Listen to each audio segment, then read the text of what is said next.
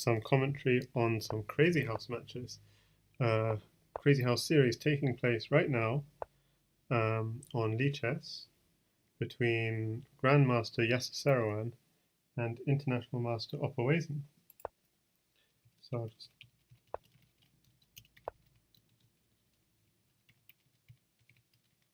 I'll just let people know in the chat that I'm streaming this. And it looks like I'm a little bit late to the action because GM Yasser Seirawan's already got a 3-2 lead. And from what I've seen so far, this may be a feast in the London system, just from this, if I'm to deduce from this game. We see a London system here. So I streamed several hours of this, like 2 or 3 videos amounting to about 9 hours of coverage last week, the week before Yasser Seirawan went to America for 960 St. Louis coverage. But then the time control was 3+2, so it seems now they're playing a slower time control of 3+5, which might favour Yasser more, because in many games last time he was getting into time trouble. So I'm not sure if we'll get a chance to have a quick look at how the first 3 games went, or whether we'll stick with the current one. I think because of the 3+5 time control, maybe we do have a chance to have a quick look. But things are hotting up in this game. So we see pressure on weaknesses on G6 and E6. And just how did this come about? So knight on E2 and F3 is the setup. The knight on F3 swings to E5, and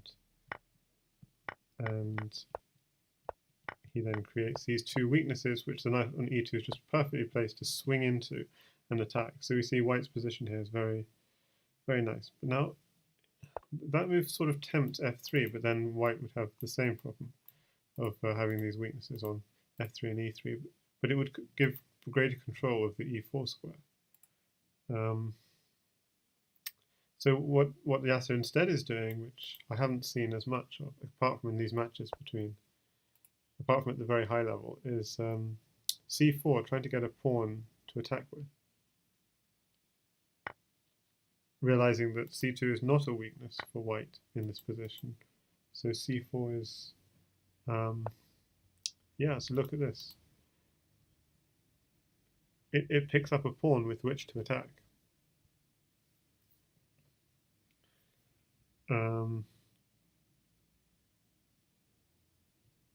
Now, having said that, that pawn could just be taken, so there has to be a continuation.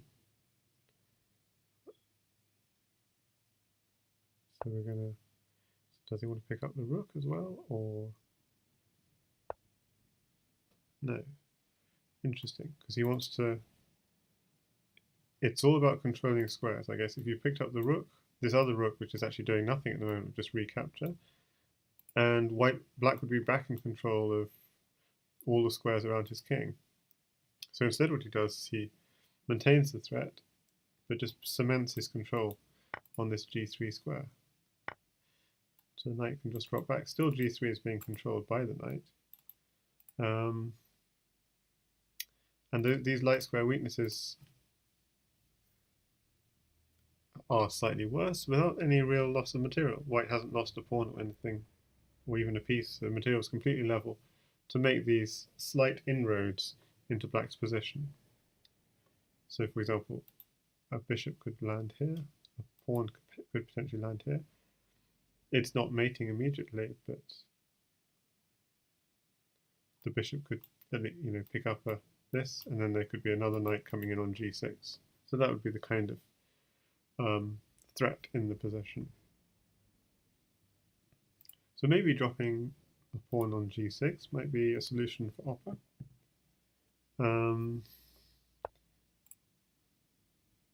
Then, yeah, the problem with that is I think the knight might take the bishop. Okay, so instead, So opperwezen is trying to control both squares with this bishop, and with this move, the bishop's getting kicked. So it's quite difficult to meet that.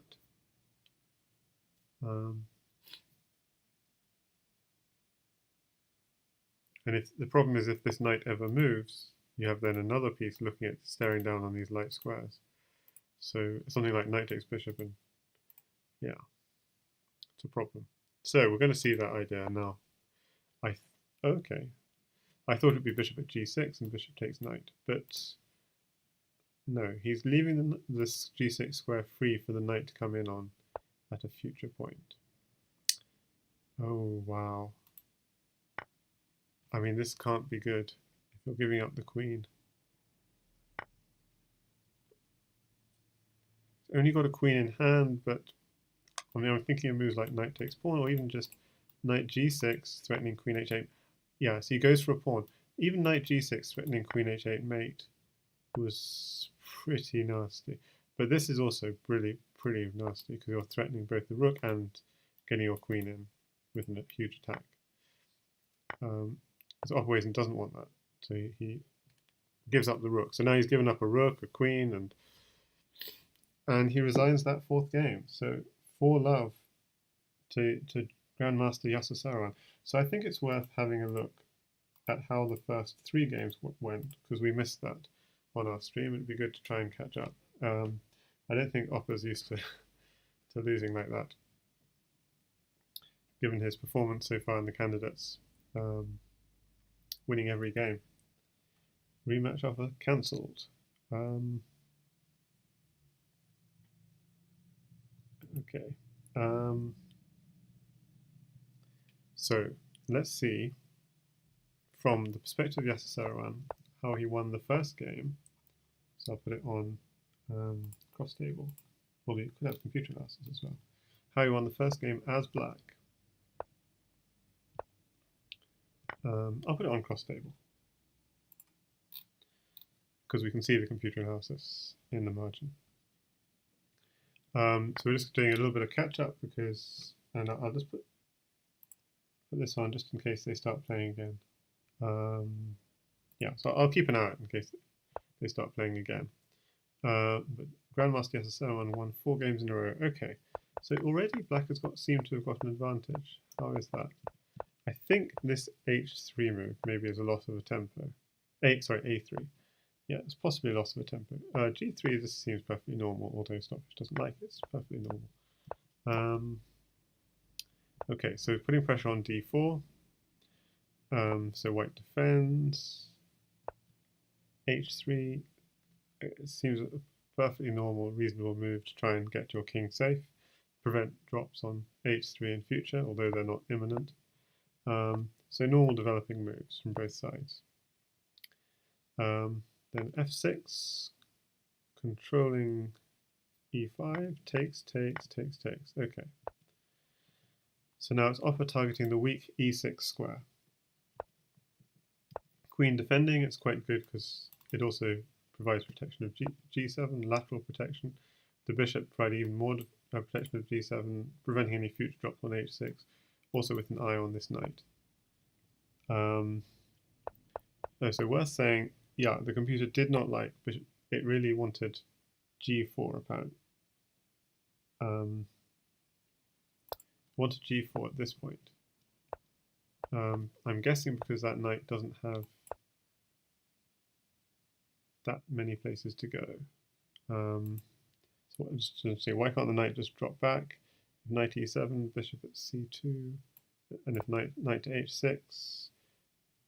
Yeah, okay. I mean, I can't see a particular reason why, but I guess it prefers that to this. So bishop d3 seems like a perfectly reasonable move, but okay. So what the computer's seeing, it's seeing a tactic. Knight takes g3, f takes g3, bishop at e3. I'm going to just check in case they start playing again. Bishop at e3. Now, why can't the king just sidle over, because if king sidles over, you take the knight, and then you're getting in a knight on g3, I'm guessing, or something. So I guess you're decimating the position a little bit. Okay, so suppose king h2, just to avoid that fork. Bishop takes f4, g takes f4, knight at e3.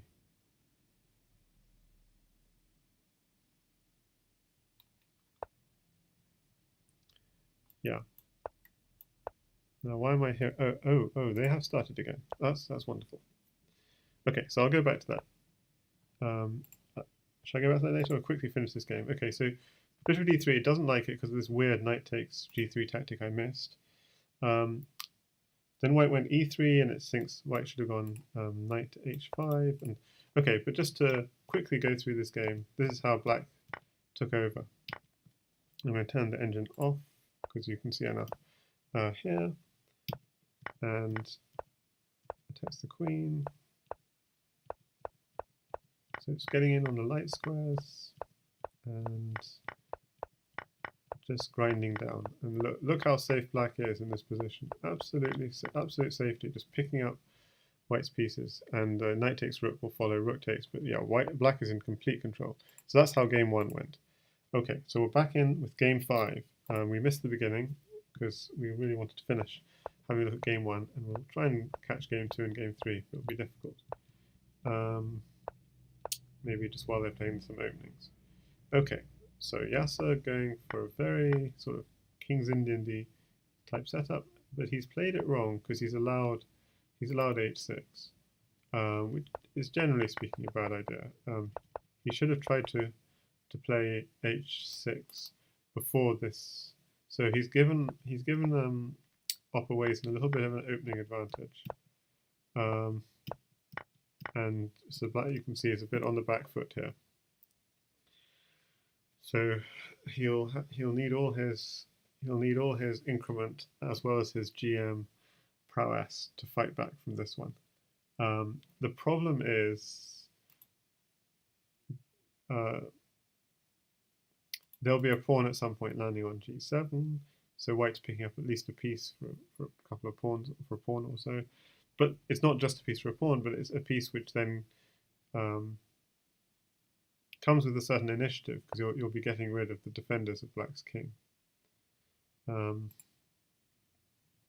A piece for 2 pawns, normally speaking, is fine if you're the one initiating. If you're the one with the initiative, who's winning the 2 pawns for your piece, those 2 pawns can be then wonderful attackers.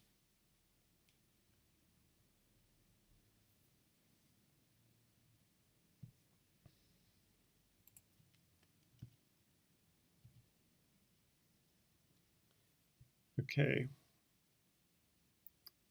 So opperwezen thinking, how do I attack? So the key will be putting pieces attacking this square and this square.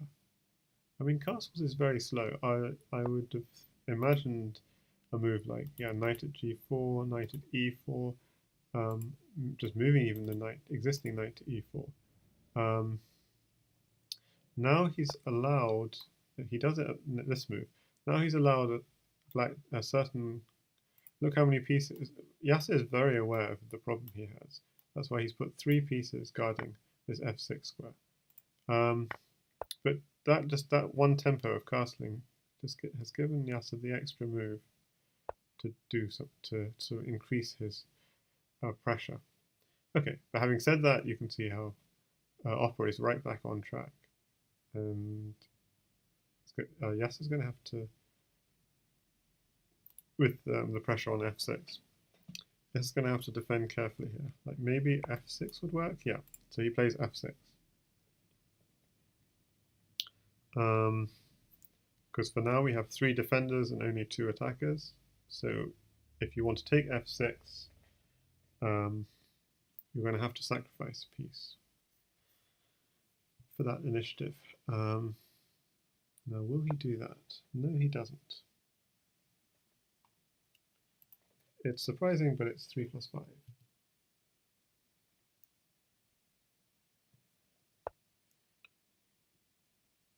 So So Yasser's regained control of the dark squares with these by placing his squares like this. There's still a G7. There's still an issue with G7 at any point. Yeah, exactly. But the problem is he's got new issues now with light squares. He might have to drop a pawn on E6 perhaps. That pawn is would be kind of weak. So he's instead gone for pushing D5. So E6 is going to be, there are two squares in Yasser's position which are troublesome. E6, which obviously is defended, and G7 just because it's close to the king. Even though it's triple defended, it's close to the king. He's might have to sack a piece there at some point, and then H6. Once that's sacked, is that covered? Because otherwise white should come in with an attack.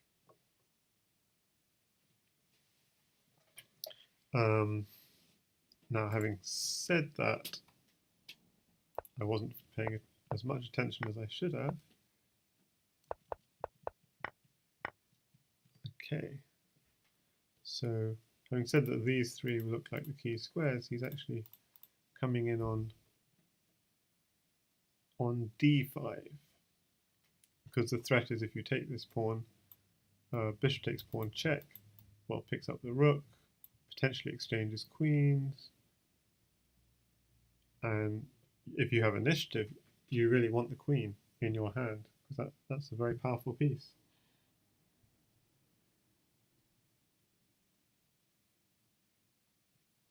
So a little bit of a problem for Yasser. He's going to be giving up the rook, and queens might also be traded. Very interesting. So the queen trade is forced with this move because this queen on D8 is hanging. So he had no choice but to exchange off queens. Now he had to defend here or here. Interestingly, he goes for E6. Now I would guess it's just to give some luft to the king if it ever has to run. Okay, so Yasser going for a counterattack, but obviously this H2 square is very well defended, so there's no... is there a mate threat? I don't see a direct mate threat, but certainly there's an opportunity to pick up material. It's got a good grip on these dark squares, the knight and the pawn. There could be moves like knight takes and queen at H1 checkmate, which would be a little bit hard. So that's check. So yeah, a little bit hard to stop queen H1 checkmate. I mean, you might have to put a rook on H1 or H2. Might look a little silly. So that's why I'm quite interested to see here whether Yasser goes with a pawn on G3 or a knight on G3, especially since his knight is under attack. He might go for a knight on G3, and he does. And this is a both threatening mate and also just simply picking up a very nice pawn, a pawn which is with eyes on F2. So in a position, oh sorry, I'm completely wrong because the bishop covers this pawn. So it's just the mate threat that needs to be covered. He decides to cover it with the rook.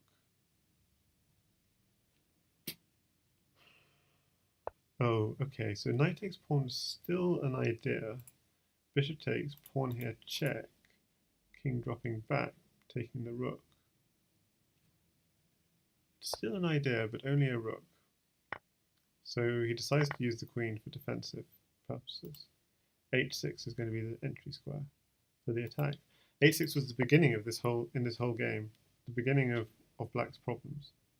And H6 could be the end of black's problems as well. I don't know about that move, knight at C6, because it does take away coverage. It does allow the knight to take. Yeah, I wonder if knight takes E4. Is there an idea here? Takes. He's only got a pawn and queen in hand. See, what I was wondering is, does knight takes E4 work with the threat? If he goes to H1, you have pawn check. I think that might have been mating, almost. Because you see, pawns could cover G1, and knight takes rook would cover H1, and maybe he could flee to F1. But anyway, we have this idea coming anyway. Although white now has a queen in hand. Surely that... I don't understand it. Ah, he's going for... Yeah, he's going for... Yeah, I thought he was going for bishop check, picking up the knight, but he's just going for the simple check, picks up. I see, that was always in the position. I hadn't noticed that. A check. Oh, but it wasn't in the position earlier. Because there were pieces here. Hang on, let's see. Was that in the position here? Yeah, so his own rook was in the way. So I wonder if knight takes e4 was anything in this position. And then you have some initiative. Okay. Okay, so he's got the rook. Okay, so Yasser has got 4 pawns, 2 knights and 2 rooks. That looks dangerous. I think that's guarding the wrong square. That's just my hunch. I don't feel that's guarding anything. That, I mean, I could be wrong, but g3 is yeah, I'm not sure. So he's getting in on the back rank, is Yasser. Yasser loves these back rank attacks. Yeah, takes. I'm a little... Okay, is there something here? There may be a trick here. Let's think. Black resigned. Because if the rook takes, there's a pawn drop. Okay, well, I'm going to actually have a look at that game. There's so many games we need to catch up because I missed the first 3. But yeah, the pawn at g2 idea was too slow. That's the first thing. Black was actually winning here with rook at e1 directly. Or even rook at g1, it's saying. Rook at g1, minus 24.9. So black was crushing this game. The idea being, he has 2 rooks in hand, so if you take one of them with the knight, for example, well, you're not covering h2 anymore. So f takes g1 is queen.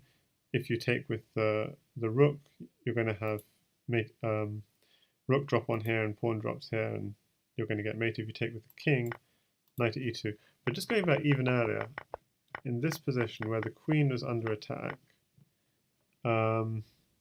yeah, I'm completely wrong. I was thinking knight takes e4. Sorry, so it wasn't this position, sorry. It was this position. I was thinking, can you afford to go knight takes e4? And yeah, and I am right here. You can just go knight takes e4 and you have an advantage. Rook takes it. It's not mating, but you have a really nice attack, and it's kind of pawn at g3, king h1, knight takes f2. I mean, computer's not seeing mate, but if king h1, you have knight takes f2, check king g1. Yeah, so it's if king g1.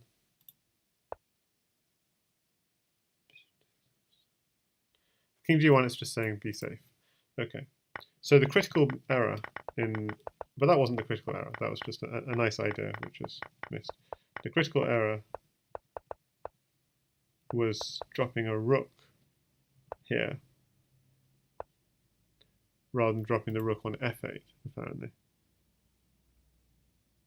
If you drop on f8, that's a very unnatural thing to do because of queen takes rook. But the point is you still have a huge attack, and you're mating, in fact. So quite subtle idea, rook at f8 because rook at e8, as was played in the game, and you're losing control of f7, and that's why you're getting mated because pawn, knight, queen. Yeah, so I'm sorry to go away from the game, and we still have to catch up games 2 and 3. But back to game number 6. So Yasser is white again, and it is indeed a feast of the London system. So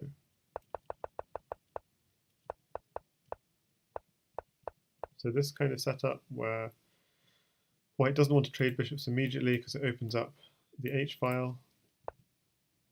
Okay, now he's going for an h4 push on that bishop, and opperwezen's kicking the knight, trying to kick the knight.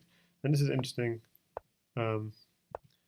Yasser just plays this because he realizes, okay, the knight is a good piece, but even a pawn on e5 is also quite a powerful piece. Okay, so attacking The problem with f6, it does create a weakness on e6, so he's hitting that weakness, he defends it. Now this is very, very nice from Yasser, and something which I don't see from other players is this fearlessness of pushing g4 and h4, and it's positionally quite sound because all the squares here are actually quite well covered. So it's actually quite sound play, a quite sound attack on the black king. And here we go. Simon Williams would be proud watching that h-pawn roll. Hi there, Anna no Keiji in Twitch chat. Welcome. So you're watching Yasser Seirawan playing Crazyhouse, and he is top 10 in the game, I would say, and we can see here why. He's 4-1 up against international master opperwezen, who is potentially going to be the challenger this year in this year's Crazyhouse World Championships. He's in the best 2 or 3 in the game, probably the best 3. And 12 says, never seen Yasser be so aggressive before. Yeah, well, he's becoming more aggressive as he gets into the game. You need to. I mean, I think it's being done on quite sound principles. So 12 says that in the chat, and 12 is famous for his aggression in the game. For 12 and Schwanet are the two most powerful attacking players in the game. And Cat Poacher says, these guys are very precise. Something so subtle as blocking on the wrong square is a big enough mistake to decide a game. Okay, so actually there is quite a lot of weakness in as a result of all these pushes. Like, so if black had a bishop, and there are bishops on the board, yeah, there's a lack of control of squares like d3. So just going, how did this, let's just see a little bit. Just the last few moves. So quite nice push into the black position. Quite daring from Opper to offer a trade of pawns, because that pawn could be landing on g7 once you trade it. But it comes with a certain initiative. Okay, he didn't want to take the pawn, because if you take the pawn, the d pawn advances further into your position. So he lets it be taken.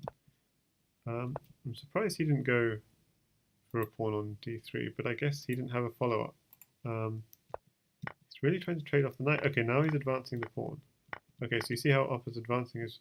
Okay, I thought he was advancing his pawns, but of course he didn't want...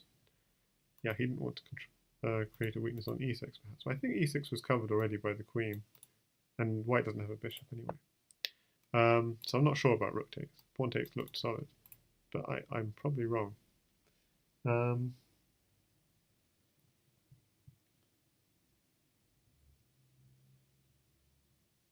Yeah, it's for me. I have in the past had opperwezen on voice chat with me, but today it's just me. Although if opperwezen joins, he's on the Discord, so if he joins in, that would be wonderful. But I think he needs full attention on the game.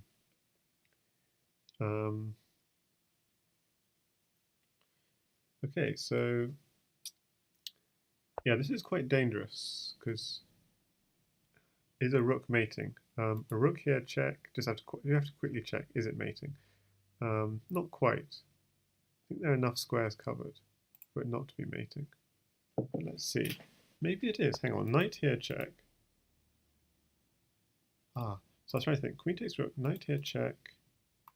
King here. Where would the king go? He has a pawn, so yeah, I just wonder whether queen takes rook was an idea, and then knight at f6. I think that's...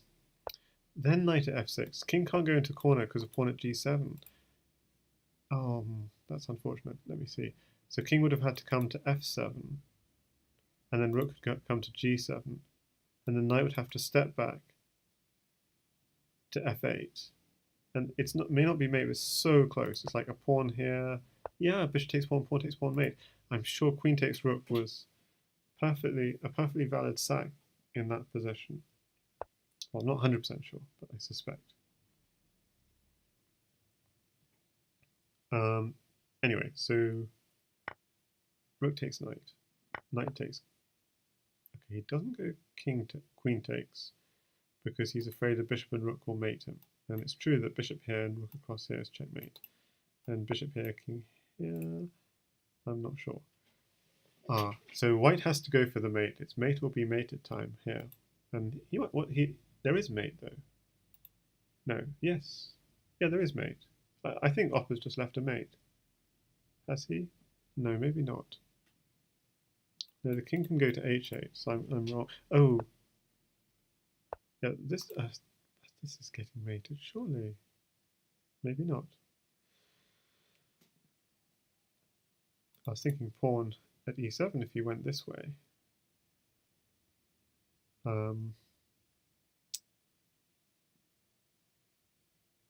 If bishop takes pawn, pawn takes pawn, king to e8. So he'd have to go king to e8 at some point. Yeah. There's too many squares not... If the king ever runs to here, we have a knight check. So we have the rook check, indeed. Now we have knight check. There. Now, just need to see it. Oh, no. There must be a mate. There must be a mate. He had a knight and pawn in hand. Obviously, he thought there wasn't a mate. So, an Opper...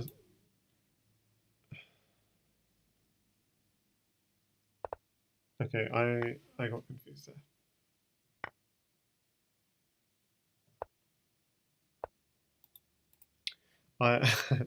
Right, okay. This is very confusing. So obviously the queen in hand, it would be mating. But doesn't Opper have something? Bishop takes queen, knight takes queen. He obviously thought he didn't have anything. So the knight's defending the queen. So after bishop takes queen, knight takes, and although he's got a pawn, a rook, and a... I don't get it. Pawn, bishop takes queen, knight takes. Knight takes is essential. If the queen goes here. Oh, knight takes is check. Okay, that was the trick. Okay, but there was surely okay. So rook takes c8 was a clean way of doing it. Yeah, okay. That was very subtle. The idea of recapturing the queen with check. So it's wow, what a way of defending. That's a really nice way of defending a piece. But just going back a little bit earlier, yeah, I'm sure queen takes rook here was something. Queen takes rook. If black recaptures, you have force mate with knight at f6. King, I'm thinking f7. Okay, it says f8.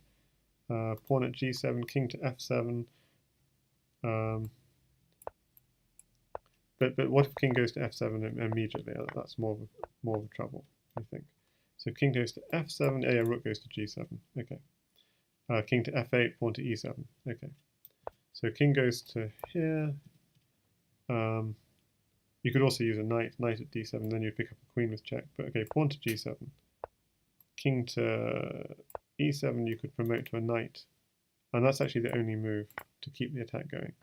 And he's kind of trapped. If he goes here, pawn here is checkmating. So he has to give up the queen, and so mate follows. So yes, I had a nice mating idea a little bit earlier, but he found a very nice resource for defending. I thought he was in a little bit of trouble here.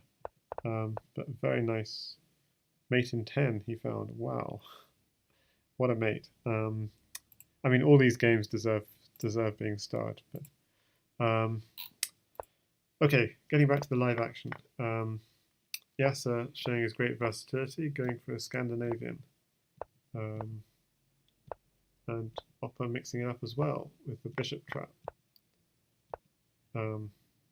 Which might be annoying, but there's compensation for the bishop. There's a pawn and there's an open H file.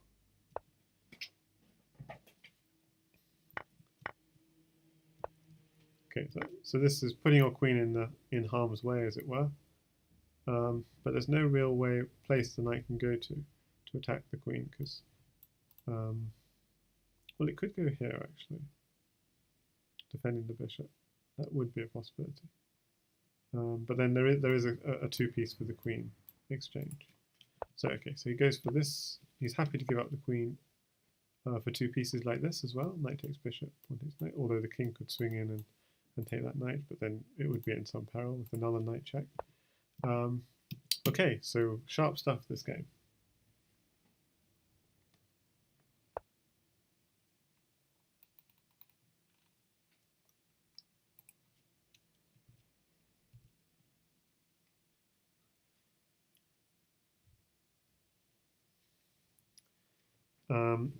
So yeah, this knight has forced opperwezen to be quite passive with bishops on f1 and g2. Yeah, bishop f1 is a little bit of a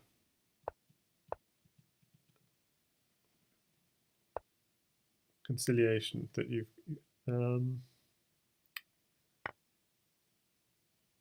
Okay.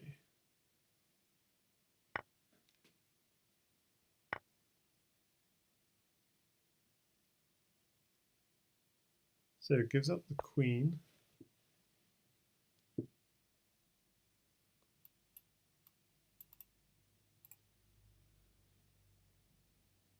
So this is quite annoying. Because if the knight moved, you'd have pawn takes pawn check. And the threat would be even pawn takes pawn again, so even if you lost the queen, you'd be winning the rook with check. Or you'd winning a rook and getting another queen. So this is a nice move. It's actually threatening the queen, but also threatening a takes b4, because the rook is protected. So a nice find. Knight at b3.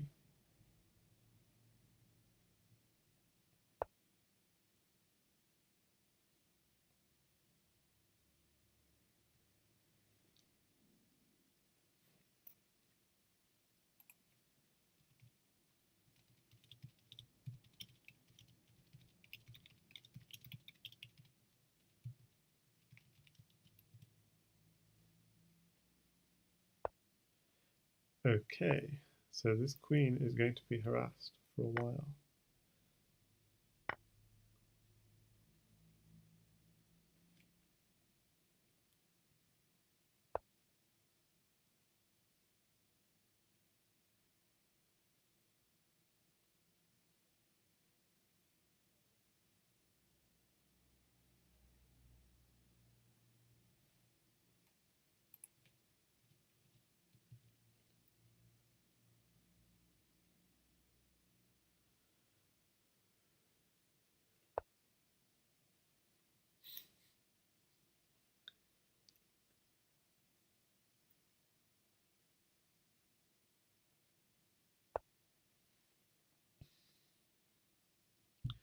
Okay.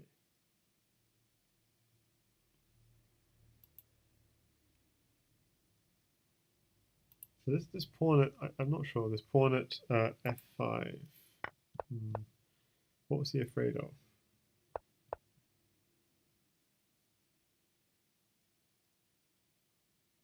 I mean, maybe he's trying to build a pawn chain to g4 and h3. Maybe.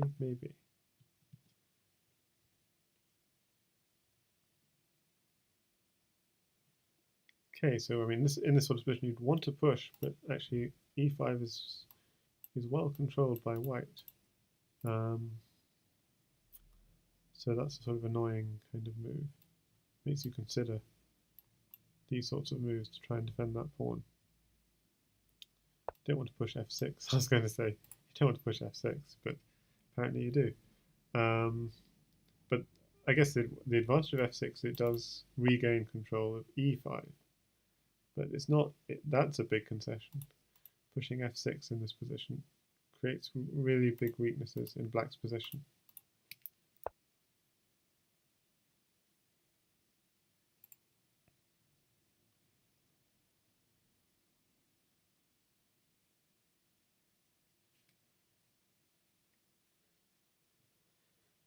So black has a queen in hand, but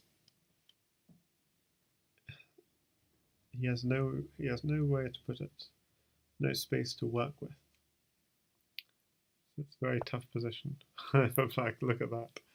Queen at f7. It's like, where can I put my queen? And oh my goodness, it's like the white is controlling 5 out of the 8 rows of this territory, almost. Okay.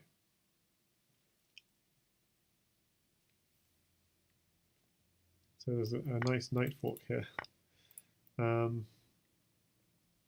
which still exists. Knight at e5 will pick up the queen for a knight if you want to. But I guess you look at these two queens and you think, well, they're not doing much. So it's almost like he doesn't want the queens. Okay, that's a problem. That's hitting d4.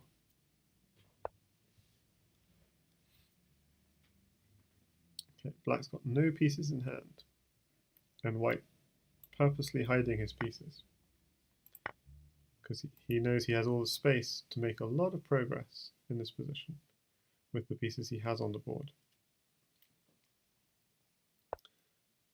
And it's just a very bad structure that black is working with here. So he's hoping if pawn takes knight, you take the rook and you're in on the back rank. Or you also got knight takes pawn. Ooh, okay, so we have an attack on the bishop. Bishop could swing back. Ooh, I think he's... Okay, so the attack is ignored.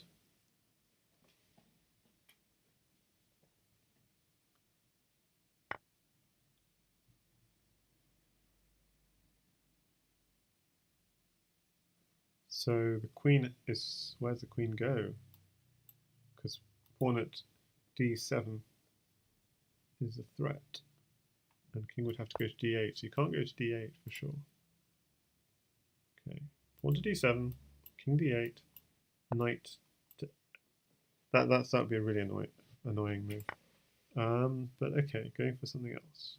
He's blocking off the protection. Okay, blocking off the protection of f6.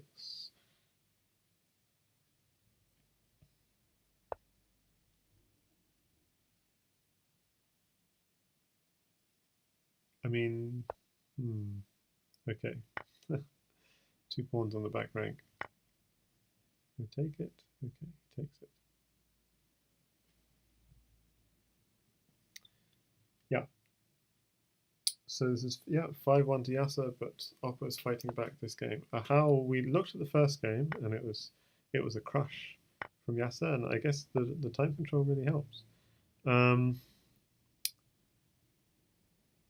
And black resigns because the mate is coming. Takes, another pawn drops here, and you're getting mated. So we haven't had a chance to see games 2 and 3. So if you want to see how, let's look at games 2 and 3. So in game 2, this is the first game in which Yasser was white. So we'll just pause. So actually, this is not the current score. The current score has moved on to 5-2. But this was it was 4-love. This is the first game in which Yasser was white, and let's just have a quick look how that went. So again, we have this London setup, knight swinging to f4, taking the bishop, doubling the pawns. But still, this seems pretty decent. I mean, I can just turn on. Yeah, this seems perfectly fine for black, as you can see. Takes.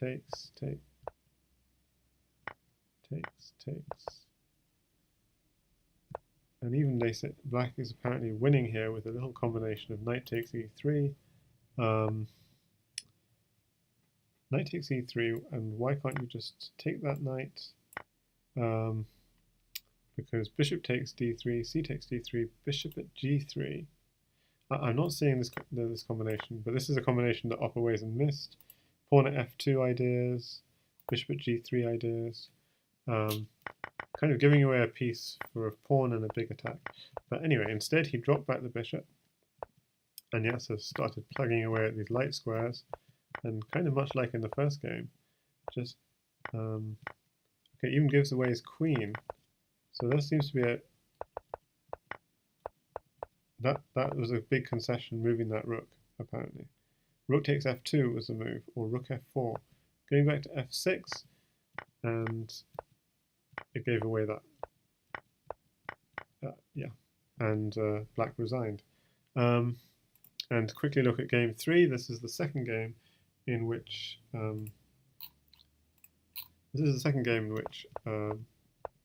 Yasser was black. We saw the first game right at the beginning of the stream, towards the beginning of the stream. Again, we have the London system. Maybe just quickly turn on the engine so you can see how things are getting on. Yeah, as in game 1, Yasser had a quite nice advantage as black after the opening, quite surprisingly. Okay, that not entirely sound sacrifice on f3. But yeah, knight takes e6. So an idea again, opper missed, just sacrificing knight on e6. So this is game 3, and we're seeing. Okay, he gives up the queen, but he's got good control over his king side, and white's position is not so secure. And takes another knight. I mean, and here he has mate in 7 apparently. And opper resigns. So if you just do something like drop a pawn on f2, the problem is knight at f4, and there's no control around these squares around the king. He's lost his fianchetted bishop. So what was the point at which he lost that fianchetted bishop? Because I thought that's probably a key. That's probably a key point in the key turning point when you lose that. But it wasn't a fianchetted bishop. When you lose control, though, you have to replace it with a bishop or something at some point. And when you don't, you do lose control. So takes here. Yeah, look at that. Bishop at g2 being one of the top moves, even though your own knight is under attack. So it's really important, if you have a hole around your king, to plug it. Look at that. Bishop at g2, top move. And I just guessed that would be the turning point in this game, and in a way it was. It's this move, he plays something else, puts his bishop somewhere else, and black starts to get the advantage. Okay, so that's a real instructive point. Okay, so back to the current game. We're in game 8, and again,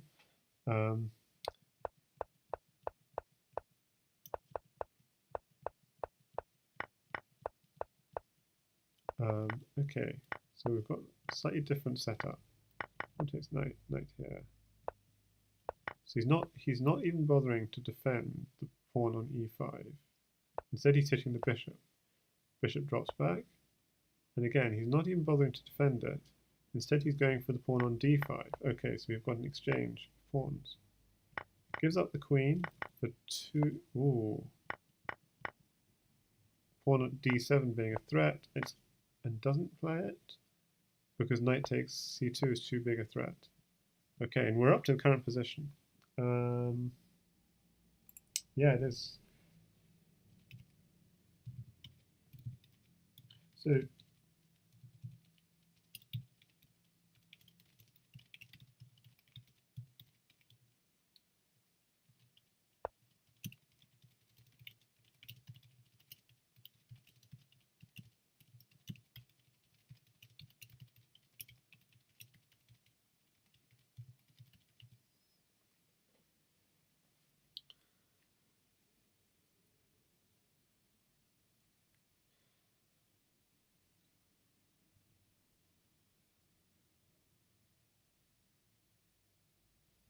yeah, thanks Bakus in the chat for helping people know that I'm streaming this, because as a commentator you don't get the little green icon saying OK is streaming.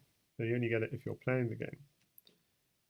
So people don't necessarily know if they just join in at a later stage. So it's necessary to let people know in the chat, and it doesn't help if people are putting up false advertising.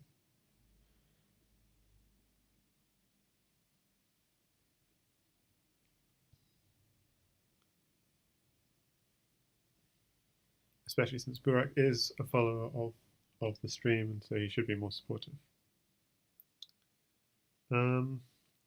Okay, so yeah, pawn at d7 was the threat, but knight takes f2 was too big a threat to ignore, because e1 is unprotected, and that would just be mating. Queen e1, king takes knight. Yeah, I'm sure that would be mating. So you can't hang around. So he gets the king safe. Can't hang around on e1. No good at all. Okay, but you can sack on f7, and that's too dangerous to take. Is it? Well, is it actually? You've only got a knight. I mean, the king could run back to d8, so maybe it's not too dangerous to take.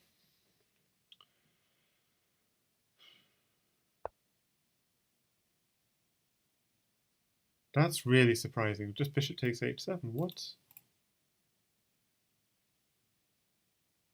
What is the idea of that move? You're just walking into this. You've got bishop takes h7. You have... This is... What has Oppo done this game?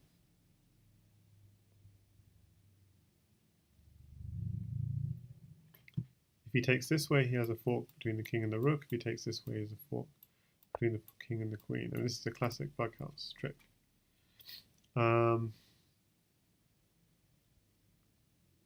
That's a nice move, though. King d8. Pawn takes pawn still comes, but that drives the rook. Yeah, it doesn't do what you wanted it to do. So maybe pawn takes pawn, yeah. Pawn takes pawn. With ideas of... Yeah, you can't drop a knight here because the pawn just takes it. If you had another knight, then knight here would be checkmate. So if you had two knights, you'd be really happy. So instead he's going for knight takes pawn, bishop takes queen, winning a queen. Oh, he just wants a knight somewhere.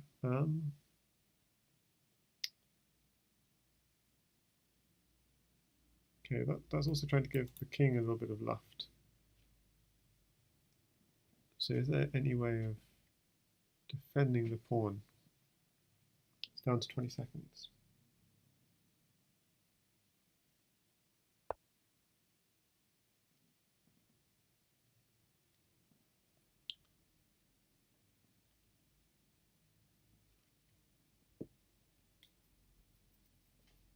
Black resigns. Yeah, I'm not quite sure what in particular prompted it. I guess he just realized he didn't have any attack, and Yasser was going for a slow knight here, knight takes pawn, those sorts of ideas, and Opper didn't have that much in hand. So 6 games to 2 from Yasser Seirawan. And White Dancing Rockstar, welcome to the chat. He says, Yasser is better than Grishuk and Duda. Yeah, I know Grishuk and Duda are playing a match right now. Just in normal chess though. But Crazyhouse is much more fun than normal chess, right? So yeah, thanks for sticking around and watching this. Okay, the bishop can always create a nice little place for itself.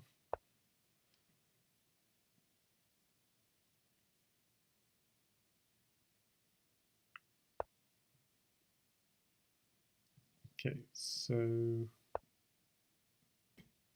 before any pawn exchanges, he needs to go h6, but then there are none, so that's fine for now.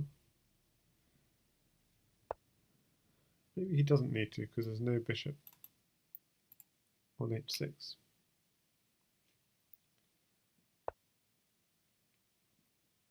But Black playing a very slow game here.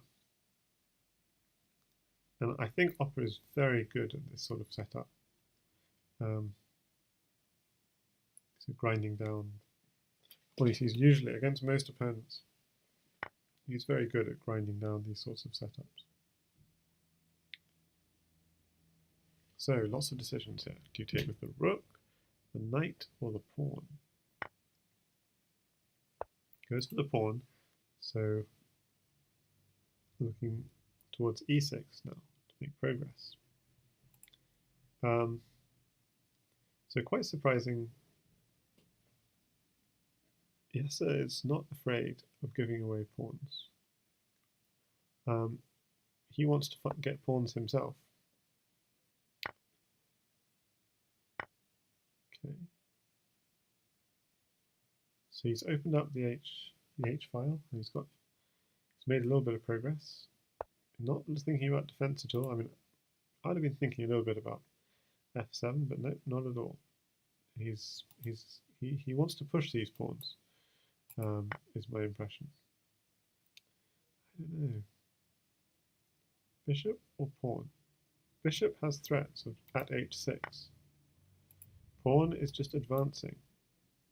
And so then you can next place a pawn on g5 or d5.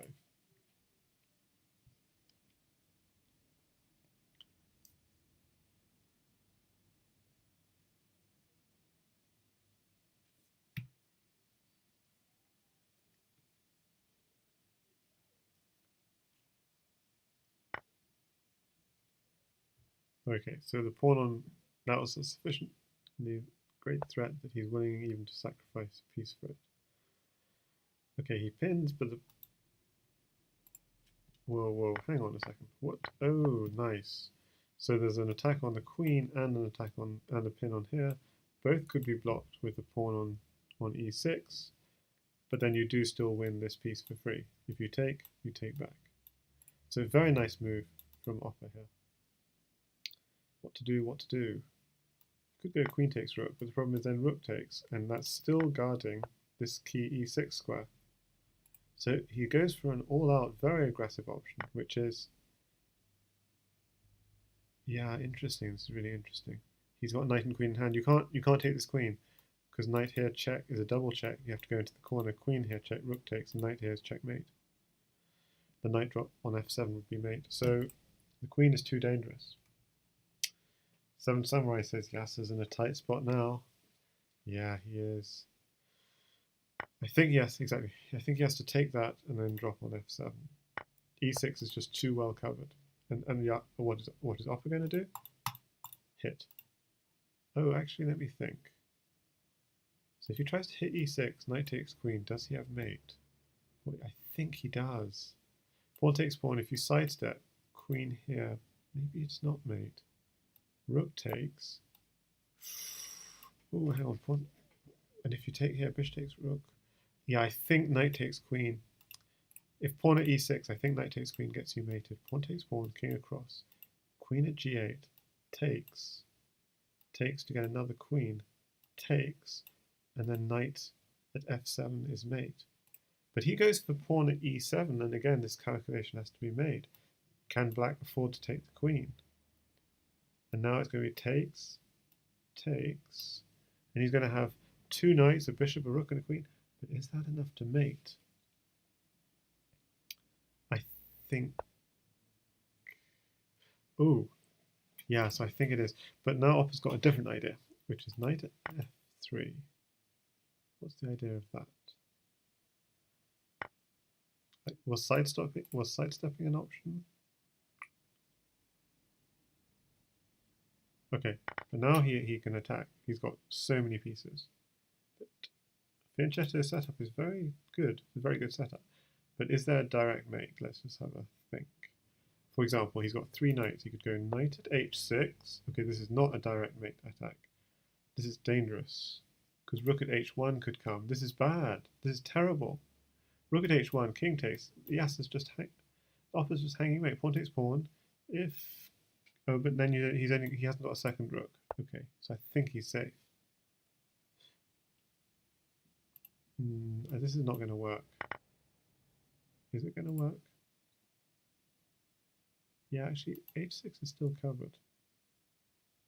Yeah, so rook h1 didn't work because pawn takes pawn, king takes. You have a bishop in hand, but you can just step back. You don't have another piece. You've got another knight or something. And anyway, this pawn you didn't have to take it. Yeah, he didn't have quite enough. Actually, you did have to take it because otherwise knight here was coming. But this is very sharp, and I think it's possible both sides have mismate, but I could be, yeah, because they're both going for the threat of mate rather than the direct mate. But I don't think it was quite mate on his side. Okay, that was a threat. There's too much here. Just queen. Oh, try to be very smart. Knight, queen here. Still going for a knight. Okay. and that's the king has to go to here, and then queen here is checkmate. So Opper mates Yasser that game. I'm just going to run that game through computer analysis though, because I think it's likely there were other mates, both earlier and maybe missed.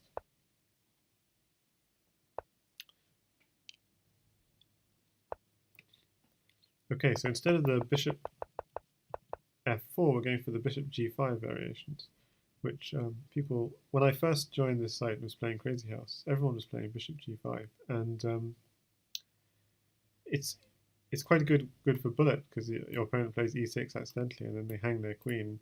I've fallen for that just even today, I think, in a game earlier today. Not the immediate bishop g5, but just a later bishop g5. So you have to always be on the watch out. Okay, so because the bishop's been dropped back, it's no longer guarding h3, so Yasser's going to develop via h3 to later go to f4, or immediately go to f4. So it's a little variation on knight e2 to f4. And the advantage of this way out, I guess, is the knight will never get pinned on e2, but the disadvantage is obviously this knight on a3 does really have to move, because it can get hit on a3, and that's with tempo. Okay, so takes, and lots of pressure on g6. And in response, hitting this queen. So it'd be very easy just to drop a bishop or something, unless you wanted to push f3, that dropping a bishop would seem like a sensible thing to do. If you did drop f3, the problem is you'd be inviting stuff like knight f5, etc. Okay, so going for a little attack, defending c2 as well. Maybe he's going to...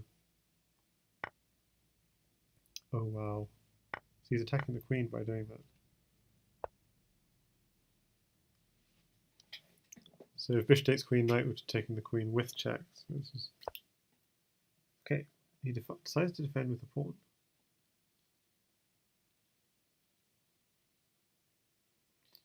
So it seems like he's intent on keeping this bishop on d3.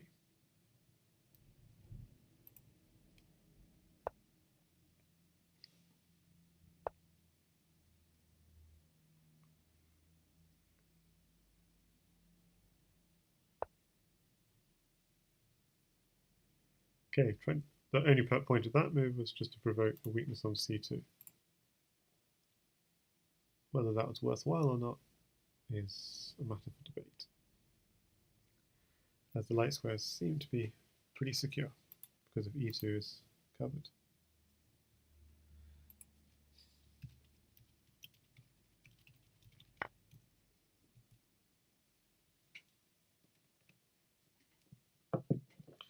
Okay, this is yeah, if the queen takes, knight would drop. So knight takes, this is also nasty because if the queen moves, you're shifting the king off. And so the king can never castle. Okay, white king's not going to castle either, not kingside anyway.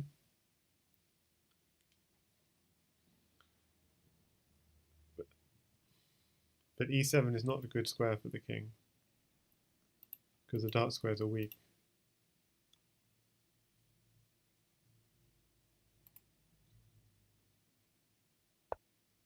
That's happening. Takes. And the bishop is going to be landing somewhere. Could land here. Ooh.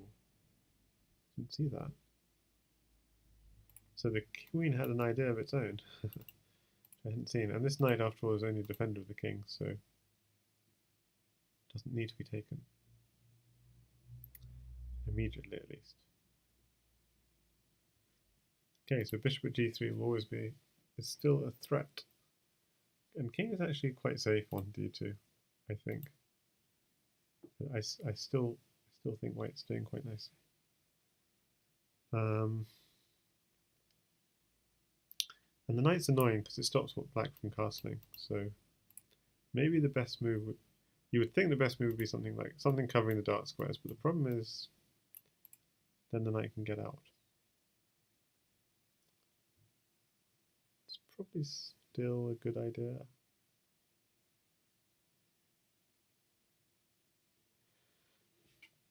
Yeah, so this is a good move because it's both hitting the knight and it's covering g3, and g3 is, as I said, is the threat. Trapping the queen, picking up the knight, lots of options. So now it's not so clear. What should white do? Just get out the knight. If you go out the knight, black has castles, and maybe black's kind of safe.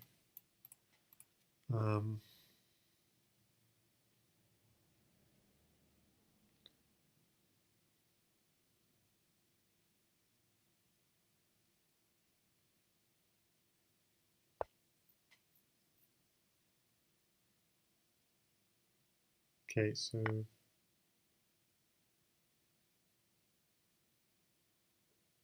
white really wants a rook, it seems. So where's that rook going? Probably to h3. Don't know where else.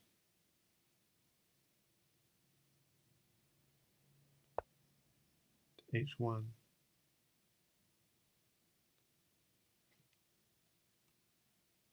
The thing is, queen takes rook. You have to take with the queen anyway.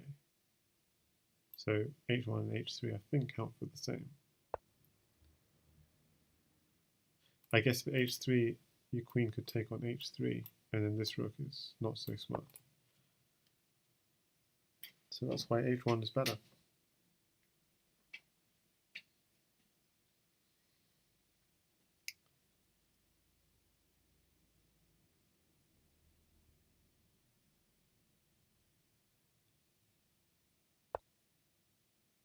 Okay, look at that. Can't take it because it's pinned.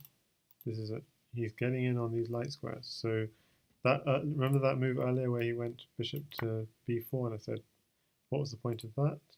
Well, he suddenly proved the point of it because if the pawn had been back on c2, he couldn't have done a move like this. He'd just take it. And you'd like to just take this, but then takes back. You don't want to go king takes pawn, just because then there'd be another pawn check, another check, and then knight comes in. You don't want that. Okay, but this is getting quite sharp because white can pick up a knight whenever he wants. Ooh, is it anything mating? Gives up the queen. Wow. Just might pick up the knight, and it's almost mate. Does pick up the knight. So knight here check would lead to here. Then the knight would have to swing back. So probably knight here check, king here, knight here. It's defended. And not quite. But then the king just goes back. Knight. So if it were white's move, I'm trying to see is there a mating threat. And I can't quite see it. Okay. The thing is, he could just take a bishop and put a bishop here. This is very bad. I don't think that works. Yeah, you could just simply take a bishop. And then bishop to f2 is a big problem. So that doesn't defend. It doesn't defend the mate. Oh, actually is a problem. Bishop at f2, king here.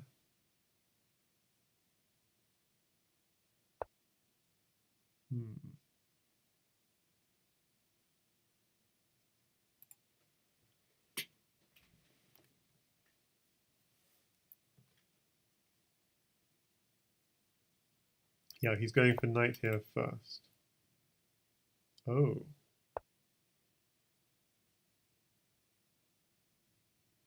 If the queen pushed back, knight here, and then bishop, that would be mating. So that's why that was. Bishop here, king here, knight here. Yeah, that would be mating. He does need to take that bishop. But anyway, it's not happening that way. He does take the bishop, finally.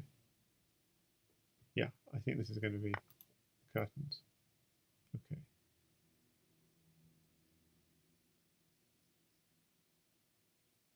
Bishop here check, finally. Knight takes rook check. Okay. So there's a threat. Is he getting mated? He seems secure on the back rank. This is only slight weakness. Maybe he's afraid if he gives off a knight, that is potentially bad. Bishop and a rook can't hurt white, so that's why I think he's quite safe. And the queen is coming in and mating somewhere, so yeah. The problem is opperwezen just had no attack. So just going back to that previous game where I thought there were loads of mates, but maybe they weren't. So okay, they weren't. There was an earlier opportunity of mate here from white. Yeah, so let's just play this through. E takes f8, rook takes f8, knight here check, king runs to the corner, knight takes g6. If h takes g6, you have an idea, rook at h7, knight at g5. So you've got to go f takes g6, and now you have a smothered mate idea. Rook at g8, king has to take, otherwise you get smothered. And now knight at e7, king has to run out, or you have the smothered mate idea, king f7. You check with the other knight, and the thing is this knight is protected, so king to e8, queen to c8, block, and anything mates, any diagonal mates. Okay, so yeah, that game earlier, there was no counter mate ever in the offing for black, because black didn't have enough pieces to do any rook at h1 type tricks. Okay, so Yasser Seirawan extends his lead to 7-3 and playing an unusual system.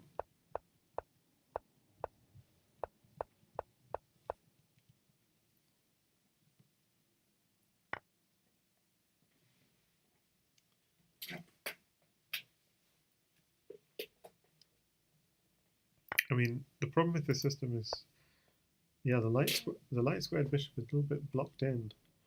So I think this is positionally really bad for black. You have this open file, but it's white who's controlling it. And ooh, that's nice though. Managed to win a pawn.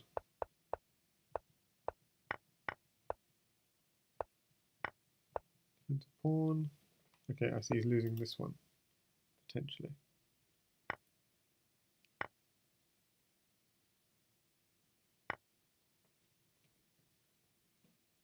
I mean, this pawn is going to be key because this is the advanced staging post of any black attack, and I think it's going to get eaten, right?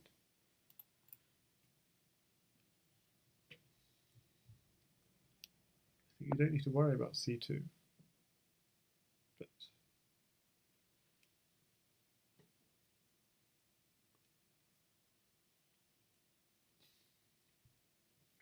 But this is a nice move because you're already looking, white's already looking towards his own attack.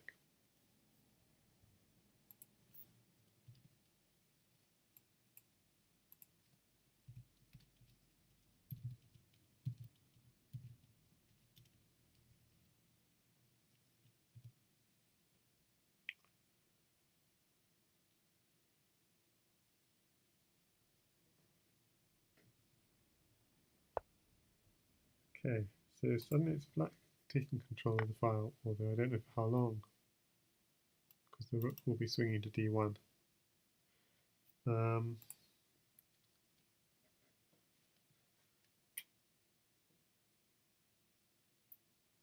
It feels like Opper's in good shape. He has a queen controlling all the squares around his king.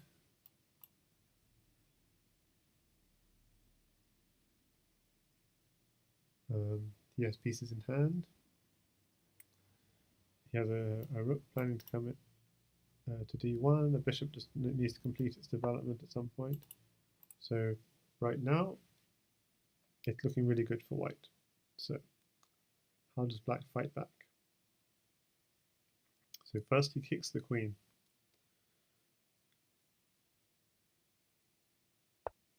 And I was thinking even queen to d1 was quite good, because I think white takes back, and although black gets the first move, I thought white would get initiative. But having said that, what I hadn't really noticed was there is this pressure on the knight on e4. Takes. Yeah, I hadn't actually properly appreciated that. So that would have been a bit of a piece sacrifice. And you'd have a bishop then staring down on g2, so that would have not been wise. Okay, so Opper's very, very keen to hold on to c2. He doesn't want to give away.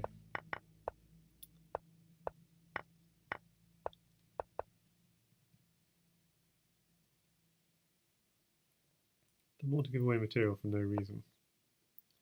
Oh, g7 hangs. Pawn takes pawn comes with check. Pawn takes bishop comes with check. Pawn takes bishop takes away a defender of f6, so that looks like a nice idea. And just drop another pawn here. You would, but knight takes queen is check. So need to move that queen. And you can't move it to g3 because of knight e2 check. g4 is covered. Not that many squares left. So there it's no, and you can't move to f4 for the same reason. But on e3 it's no longer staring down on f6. So instead he moves the queen to a square where it's attacking the knight. The problem is that knight's just going to take on f2. Or this knight's going to take on f2. Or even better, yeah, pawn drop on the back rank. So yeah, nice fight back from Yasser, doing his best to salvage difficult position. Very impressive. So the point is, if he did take queen takes knight, the rook wasn't defended, king takes. So at least now it's, yeah, a little bit better. But he's losing a rook. Here's Opper, but then there'll be two knights hanging, but they could easily be defended. Just knight takes pawn would defend both, for example. So it seems like pawn takes rook, rook takes, knight takes pawn is in the offing.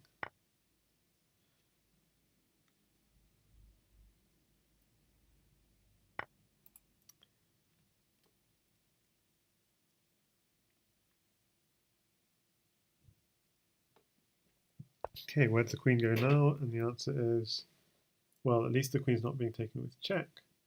So if knight takes queen, pawn takes queen with check, taking pieces with check is very, very nice. Yes is down to only 10 seconds. So opperwezen is really bullying this game.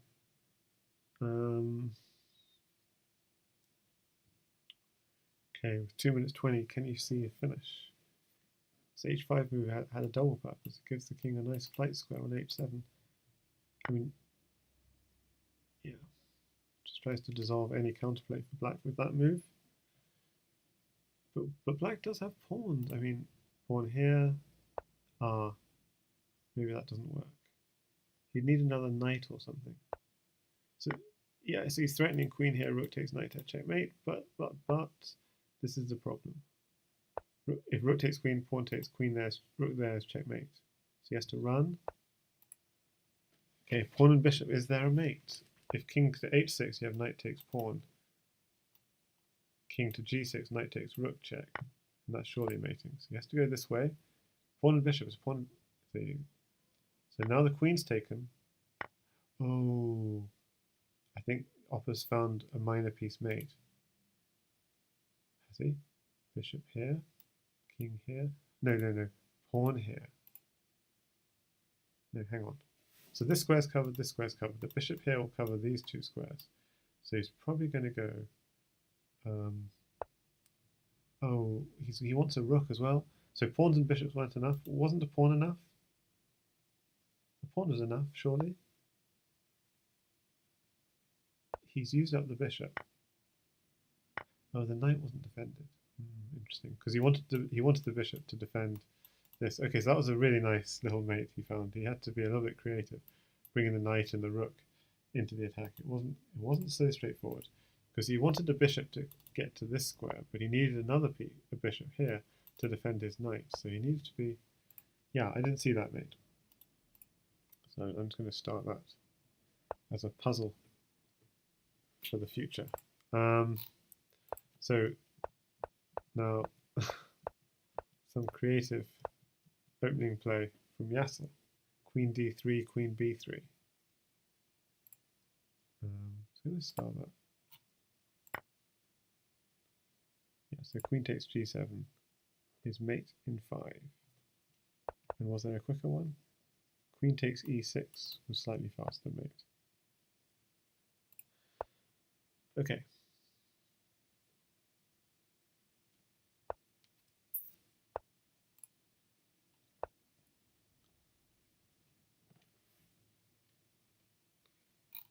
So just to repeat, yeah, so the players beginning to be a little bit more creative with their openings.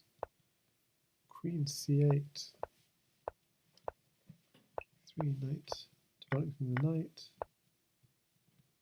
Okay, that bishop hitching all those juicy dark squares in black's position. So Opper's given himself a very difficult position to defend, because how does he develop? The bishop comes to e7, because where else can it go? And in the meantime, Yasser is using his bishops to just stare into the black position. So knight takes bishop comes, and then the bishop can develop, or a new bishop could also develop, and then the other bishop could have come to e7, but this will do. Okay, the idea is a piece sack on g6.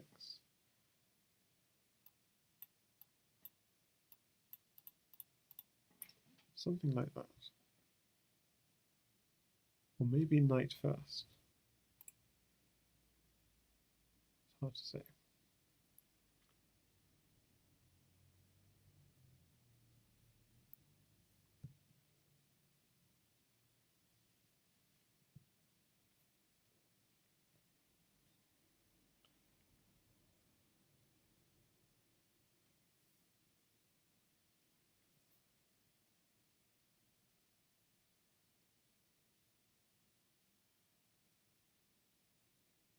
So how to defend it? Yeah, exactly. Bishop here only is what is the obvious defense, because the square is too well attacked.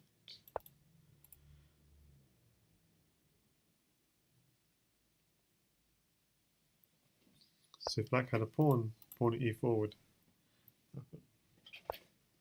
Okay, so yeah, knight takes f2 is an idea in the position followed by e4, but he doesn't want to give up a knight. It's not just yet.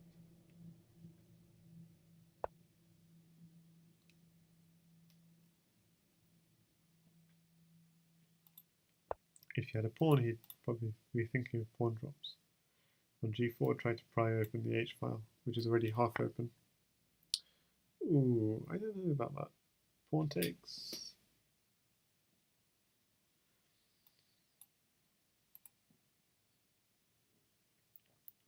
Well, pawn takes, knight would come here.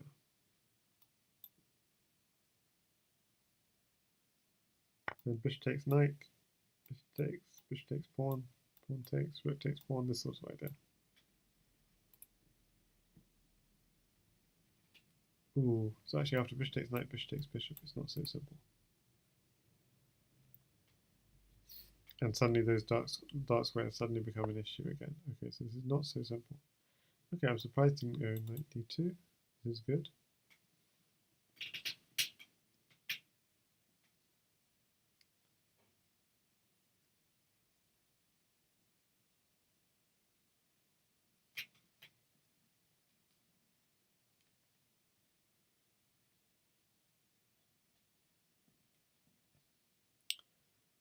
Okay, so is there? Okay, that wasn't a position, but I thought just knight takes, as long as that knight was there. But apparently,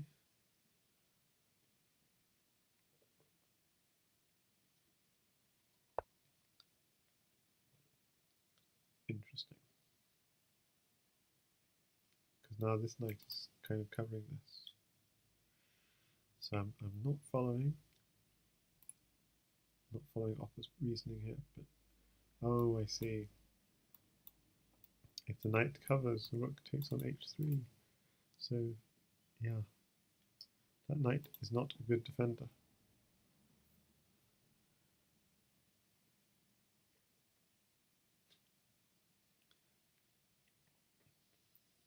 It's quite hard to defend if you don't want to drop a bishop on h1, because otherwise you just repeat, drop another pawn here. So white needs to be more proactive in defense. Stuff like bishop at g4 maybe, but I don't think it doesn't quite work. So incredible how opperwezen had all these dark square problems just a few moves ago. Looking at this position here, such a bad position for black. Just how did it turn around? Jumps his bishop on d6, another bishop on f5, queen along that diagonal, rook as well, securing up g7, takes, takes, takes, takes. And suddenly I'm thinking, okay, the problem is that this is the problem though with bishop takes h3 is once the knight came off that f4 square, it vacated the square for a bishop. That's a big problem because you can't take that bishop or bishop retakes. You want to reclaim these squares, but it's difficult.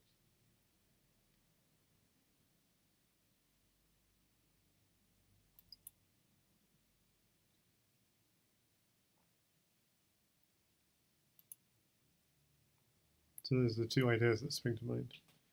Do you want to drop something on f3 or do you want to do some pawn break? Ooh. Yeah, rook takes knight. Suddenly this is a big problem.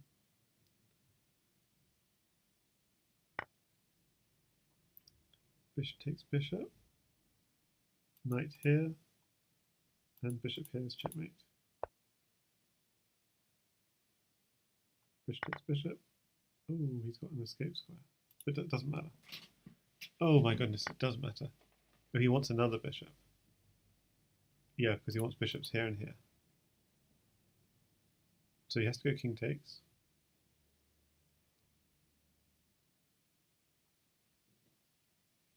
And mate follows. Why does mate follow? King takes because he's got a knight, so that pushes the king even further forwards, and yeah, it's going to be mate.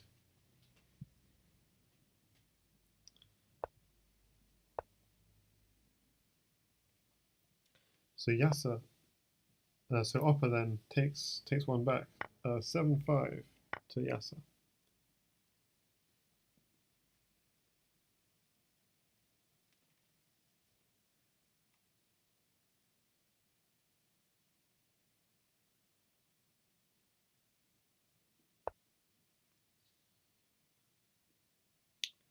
That's asking for it.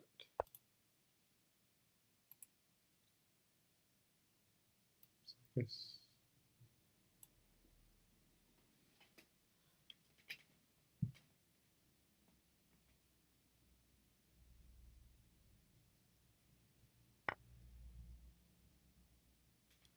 so it's tempting to go. The sack on f7 is tempting. Even before queen takes, was bishop takes f7 a thing? But no, he's holding his.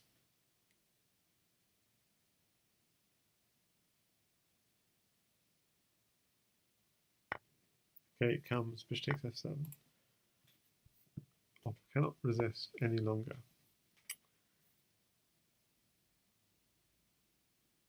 Okay, it's hard to defend. Like, you can't defend here easily. If you defend here, knight here. King comes across.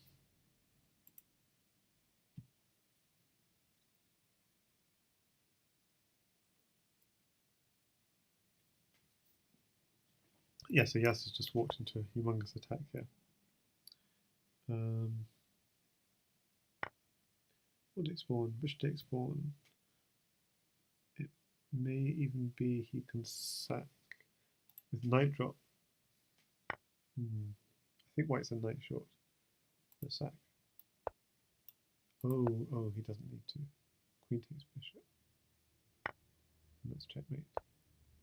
Okay, he's still got d8 to run to. Okay, so it's not quite checkmate. But okay, there's always. Ooh, no. Oh yes, the knight would take here, and this knight would take here. So it wasn't so simple. So he's trying to dislodge one of the knights, but was there no way of dislodging them?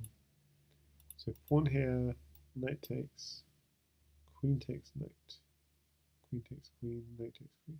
Yeah, I'm not sure if that was possible.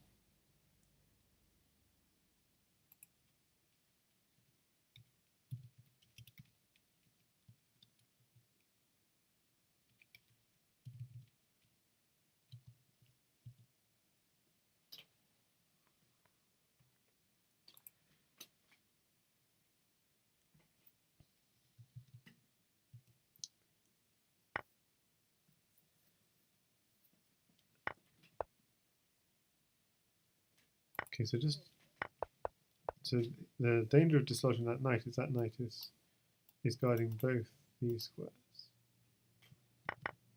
Okay, so this queen is now going to guard c7.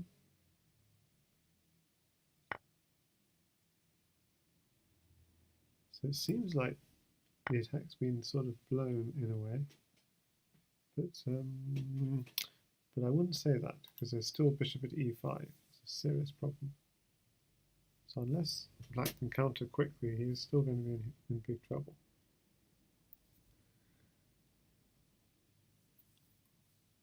Yeah, and black even resigns.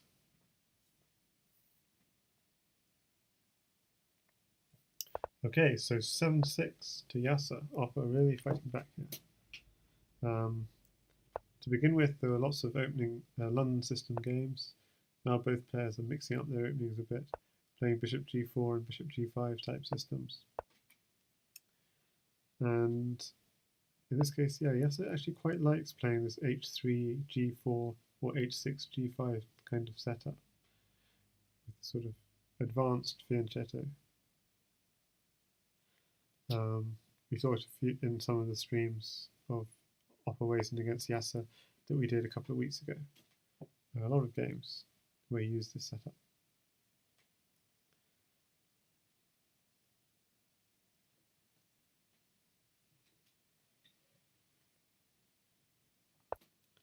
Okay, so what's the idea of this knight? It just simply wants to take that bishop and double up on c7. Is that square hard to protect? Kind of hard to protect. Because he has to use a knight to protect it, or a rook.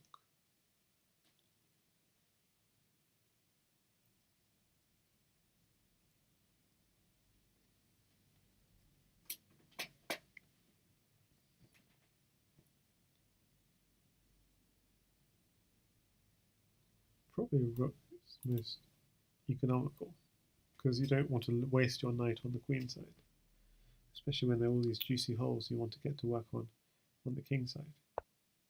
So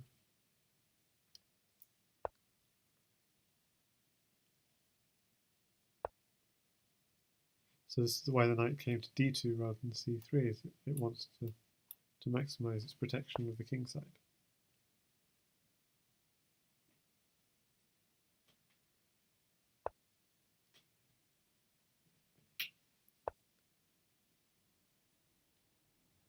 Okay, a dilemma for black. Do we want a castle and lose our open h file? And the answer is yeah.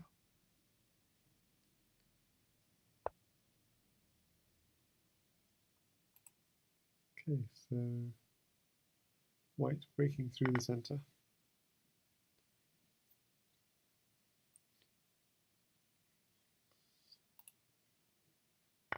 b7 under fire. At h6 also a potential future threat. But the most obvious move right now for black is simply, well, do you care about b7? If you cared about b7, it would be at d5.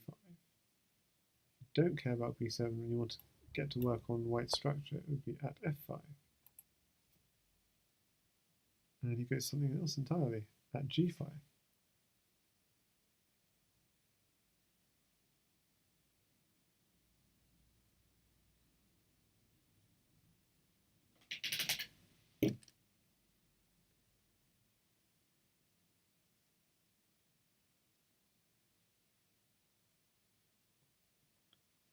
Because the bishop doesn't really want to drop back to any other diagonal.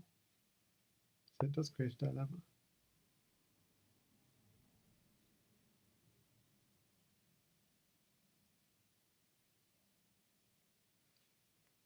I guess Yasser has to reassure himself that that pawn didn't land closer to his king, so but it's quite a good defensive pawn as well for Opper's king. Okay, so Opper trying to get another pawn, probably looking to drop it on f4.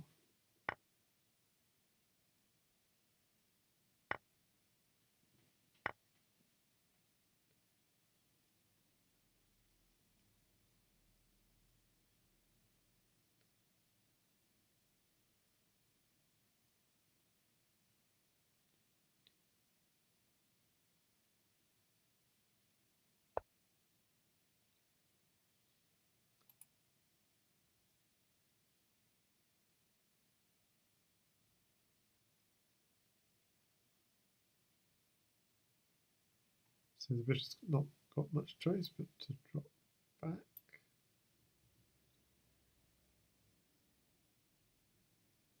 And bury itself in the corner.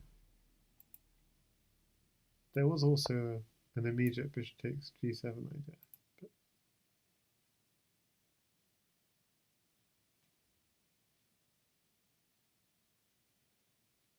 okay, squares around this white king are going to actually be quite loose, so even a pawn at g2 or something might be a good idea. Actually, yeah, the bishop for now is actually covering everything. I should have taken that into consideration. So even if bishop takes knight and queen's exchange, there's no knight at f3, I guess. Knight at e2 would still be annoying though. But all the squares on the diagonal are actually covered. Okay, so pawn at g2 maybe not necessary, would be sort of overly safe. So he goes into pawn at e2.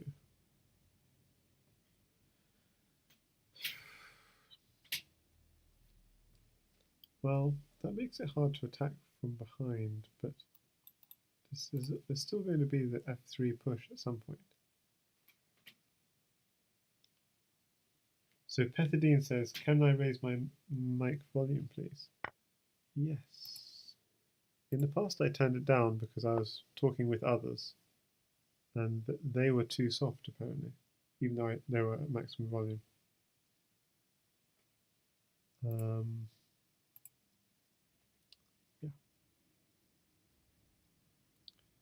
Let me just...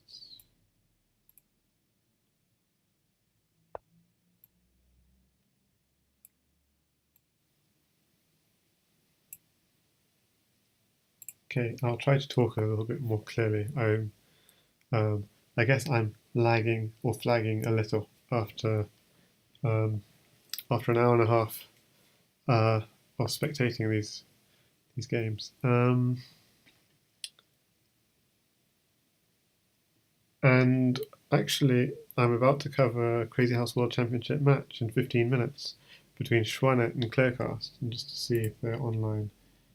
Schwanet isn't, Clearcast isn't. But yeah, in 15 minutes, actually, Schwanet's going to be playing against Clearcast. So we'll have to retitle our stream, and we should get others to join us on CWC Voice. And then people will be complaining that everyone else is too quiet. Because for some reason, when it goes through Discord, it makes other... I mean, even though I've turned the volume up to maximum, sometimes things are very quiet. Okay, sorry, I missed some of this action. Let's just quickly just recap. Whoa, what's happening here? Okay, he buries his bishop. Yeah, e2 I'm not sure about. And then he eats this pawn. And you can't afford to take it because then you lose your bishop. And he doesn't want to lose the bishop, so okay, so that was like a raid into Yasser's camp. He raids and captures that pawn, and then he dumps it back on c2 with his own color. That's pure Crazyhouse, right? You thought that was your pawn in that square, ends up flipping color. So Yasser playing very defensive here. You're not going to mate me. Pawns on e2 and g2, even giving up the queen. He loves having pawns on the 7th rank, does Yasser, because he's threatening rook at rook at c8. Sorry.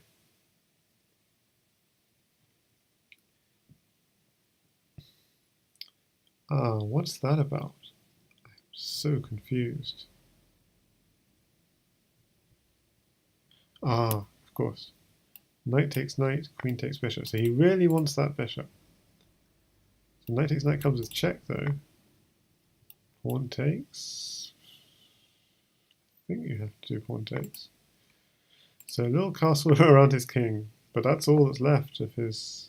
Okay, he loves to get his back rank attack. So he's got his back rank attack going. So he's threatening to promote if black does nothing.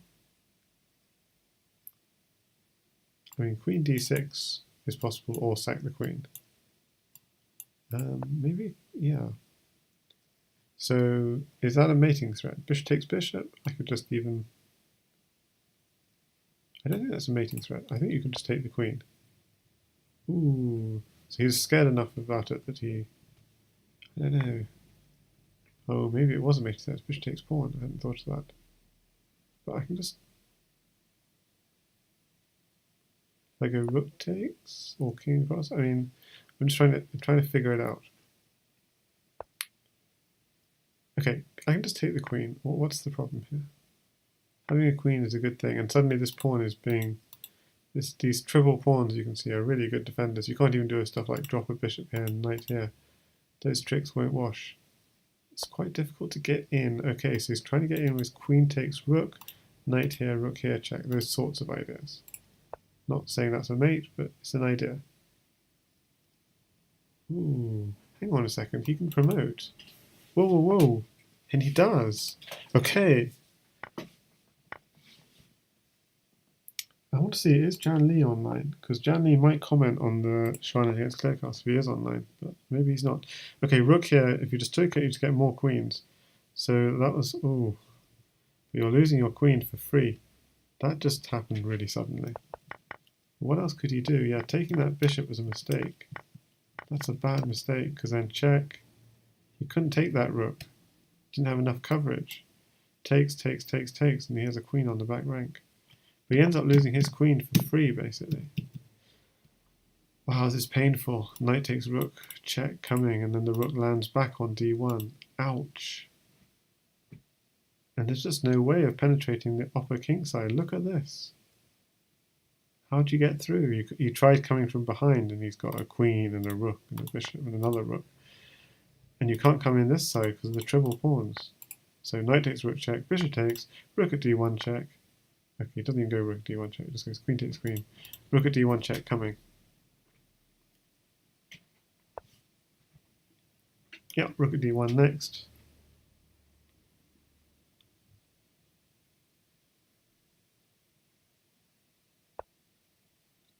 Okay, apparently not.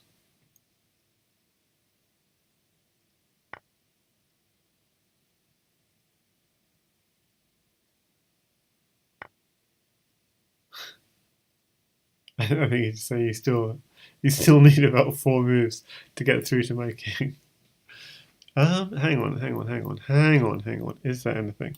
Knight here, check. Take. Oh my goodness. No, there isn't. Rook here, check. King takes. Yes. Hang on. So the white is threatening something. Knight here, check with the smothered mate, and if you take, rook here, checkmate. So quite smart, but yeah, it's just too much. He's trying to run, but queen. Yeah, it's going to be mate very soon.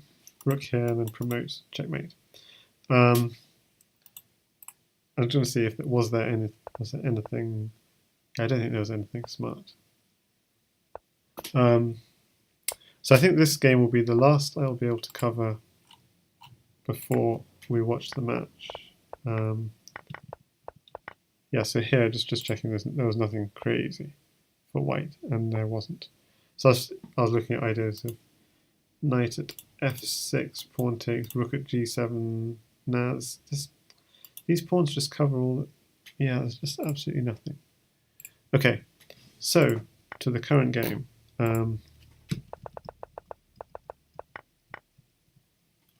Really classic setup here. So black getting these double pawns controlling the center.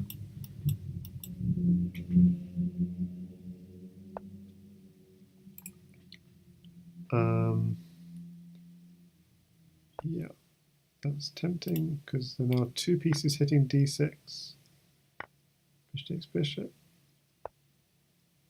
Queen here, check. Oh, the knight has to go back. And there's always the bishop here check as well, covering here. Goes for the queen check.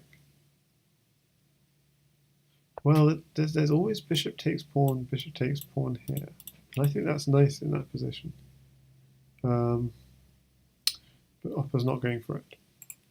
And it will still be probably there next move. Yeah. So now it's not there because the queen's, well, it is still there actually. Queen takes b2 he wanted, but yeah, this is not. I think this is breaking. White should just break through here, and then drop a pawn on e5, and you begin your attack. Okay, actually, opper being very safe and castling first. The thing is, it doesn't work so well now because the knight is pinned. But yeah, you still have to do that. It's time to break. Finally, he breaks. Breaks through. When he had nothing else to do. Takes, drop. And then eat. And then drop.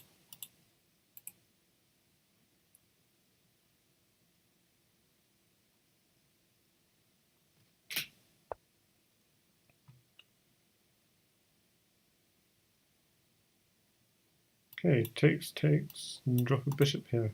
Big problem, bishop takes knight.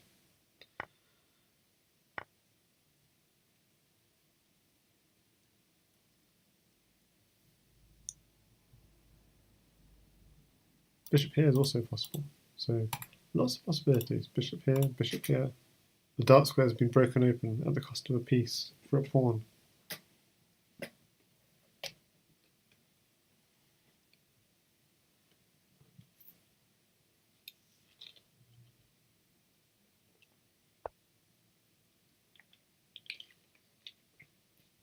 That's surprising. From opper, he's guarding b2. But the queen is, I would say, misplaced on the queen side.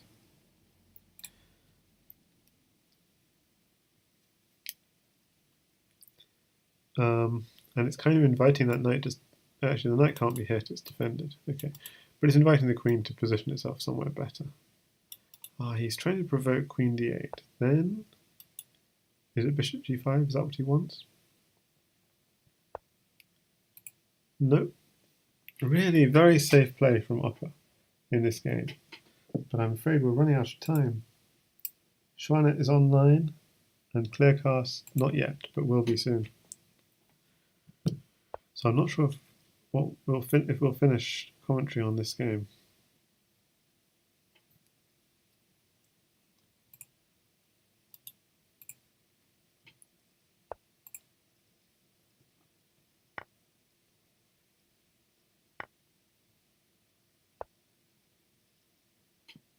But nice play from Yasser.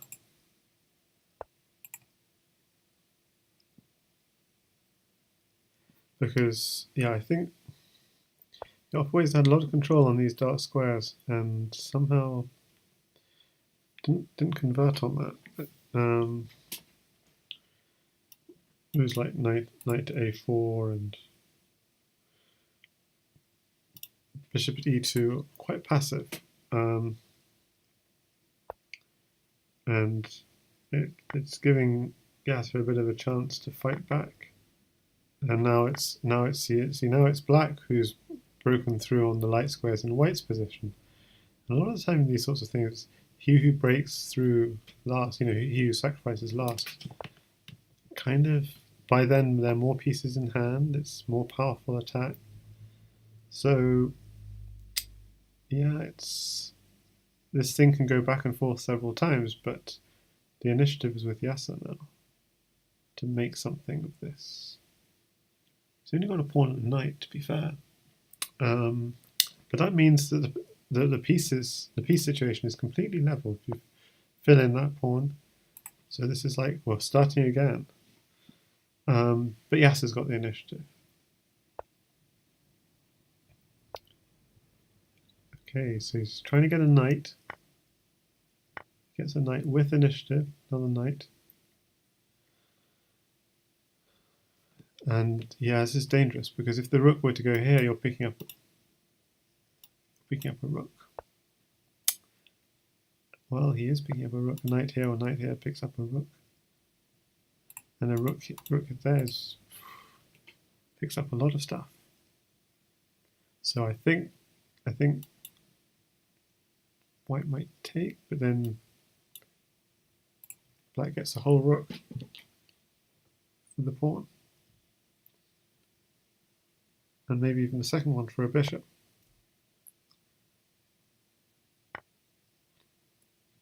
Yeah, rook at f1 is a huge threat. Rook at f1 is a huge threat. You can't afford to take the bishop because rook f1 wins the queen with check. Okay, so now rook at f1 is still winning the queen.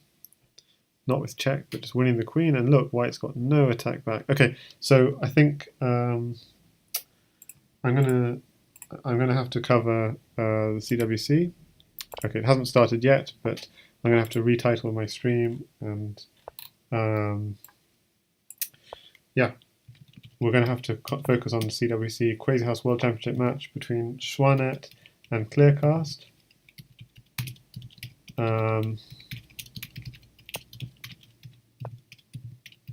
Unless Janli comes in and starts streaming this, because normally it would be Janli and Yasser would be streaming this, but it seems like Yasser's has had other plans tonight, and Janli might maybe not awake yet. So because it is 6 a, it's just 6 a, gone 6 a.m. In Australia, in Sydney, Australia. So let's see. Schwanet against Clearcast, Crazyhouse World Championship match. Okay.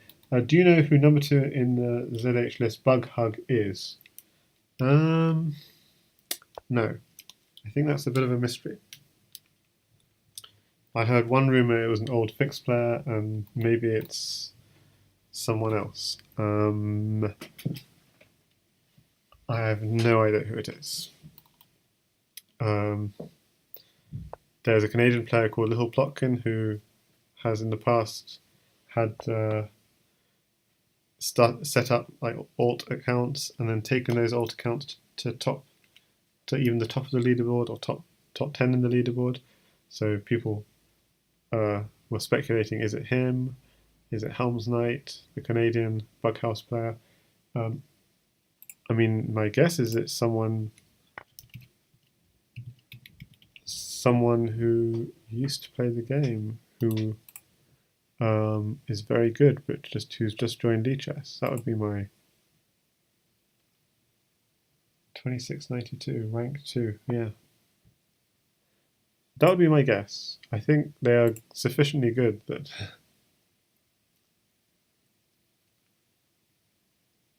yeah. Okay, so I should say CWC match is starting.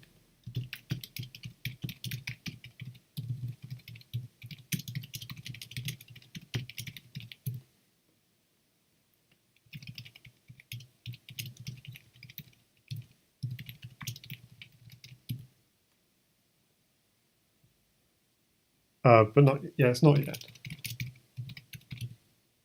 It's due to start 2 minutes ago.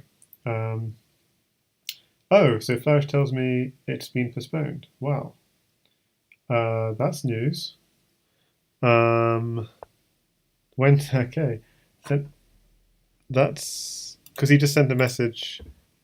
Okay. Well, I'm going to stick with Yasser Seirawan against opperwezen then. I'm going to have to retitle the stream.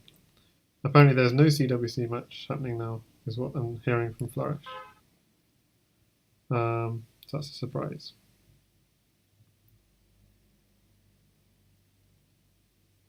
Yep, so apparently it's in the candidates thread 6 minutes ago.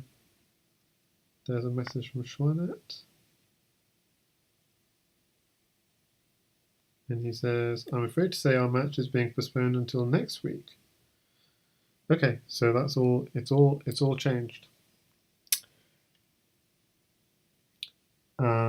Okay, so we're back to Yasser Seirawan against opperwezen with Yasser Seirawan winning the last game and taking an 8-7 lead. And I guess I have to retitle my stream again then.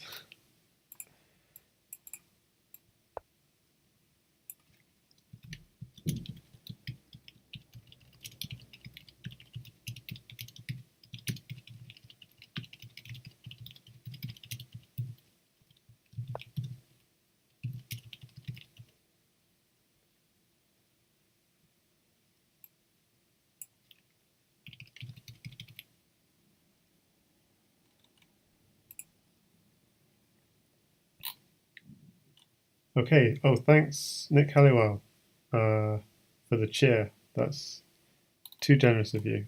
I don't understand these things, but thank you very much. And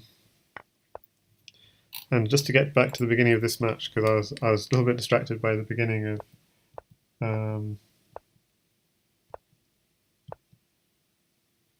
Oh, so Schwan says he can't play today. Didn't get to connect earlier, so couldn't let you know in advance. That's fine. That's fine. Okay. Okay, so Yasser.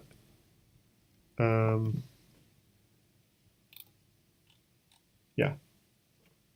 So Yasser gets in on e6, and it's looking dangerous for Opper. Okay, he can't. Yeah, he maintaining pressure, but okay, castles. Okay.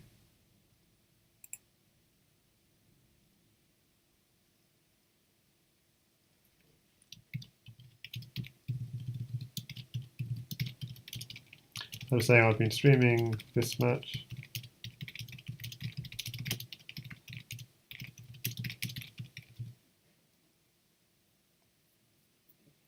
I was going to switch to the Crazyhouse World Championship match until I just heard they're just. And Nick Halliwell says happy to support. Thanks for joining. And the best way of the best way of supporting the stream is to support Crazyhouse in general is to obviously you're already following Jan Lee's Crazyhouse, following all the Crazyhouse streams, so like Jan Lee and Helms Knight and Chuck Morton for Bughouse and ZH Bra, ZHBR UHS is now for Crazyhouse.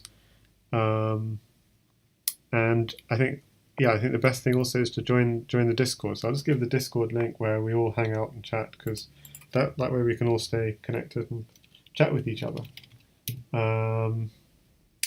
And also just letting you know the YouTube link where all these videos will be posted afterwards, because there's a nice record there. Like all the candidates matches in the Crazyhouse World Championship have been streamed either by Jan Lee or by myself or by opperwezen or by Fumitox or by Kyle and others, or by Kryptone. Most recently, the latest match was streamed by Kryptone. So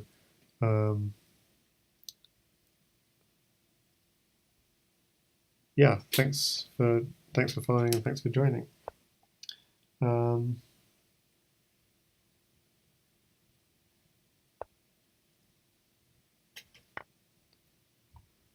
Yeah, don't, and Schwanet, don't worry.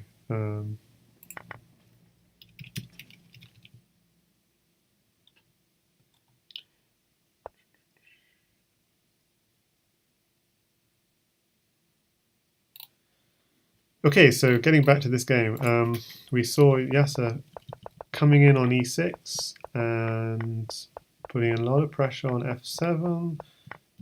Pressure was slightly dissolved, but coming in, more pressure on f7. Okay, this is nice. The pressure on f7 is dissolved, but Yasser's position is still super safe. So he loses some of his attacking play, but he maintains very solid position. And yeah, here the problem was pawn takes bishop, knight takes pawn, potentially winning a rook. Okay, so he goes bishop takes knight, staying solid. Probably going to go bishop takes pawn, just like no. Okay, he's going to go pawn takes. Okay, pawn takes knight. Okay, so basically the position's exploding and starting all over again. We have to try and count the material. I mean, at the end of it all, okay, is it ended? All the exchanges? Yeah. So at the end of it all, white is actually down a piece, but has 2 pawns compensation. So white's got 2 pawns for a piece, but black got to hit first. But look what white has. White's got the center and 2 pawns for a piece. So yeah, like, okay, so black got a pawn in on f2, but let's see, is that, yeah, actually this could be dangerous. The queen could come into h4, threatening, yeah, that maybe it won't work, just simply bishop at g3. So yeah, it's I'm not sure.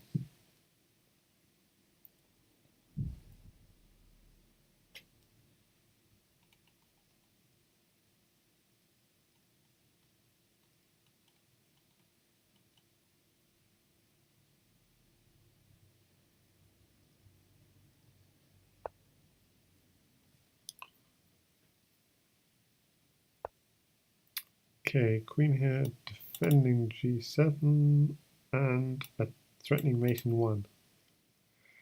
That's awkward. So opperwezen using the most of his initiative. And the problem is you could just easily take this knight, takes, but then there's knight here, and he has a rook in hand, and rook here would be checkmate, so then you'd have to give up the queen. So yeah, black would have a super attack. So yeah, really nice play from opperwezen, just maintaining this huge pressure. Now threatening bishop takes pawn, checkmate. Wow. And if you take this bishop, well, yeah, black is just that pawn short. Pawn takes, pawn here, king here, pawn takes rook equals knight, king here, and rook there, checkmate. So the queen can't be taken. It's a problem. Yeah, it is mate. Pawn here, king here, pawn takes rook equals knight. And this is the variation we saw. King back and rook here, checkmate. Oh, the bishop's guarding that square. Okay, but still rook here is checkmate. Yeah.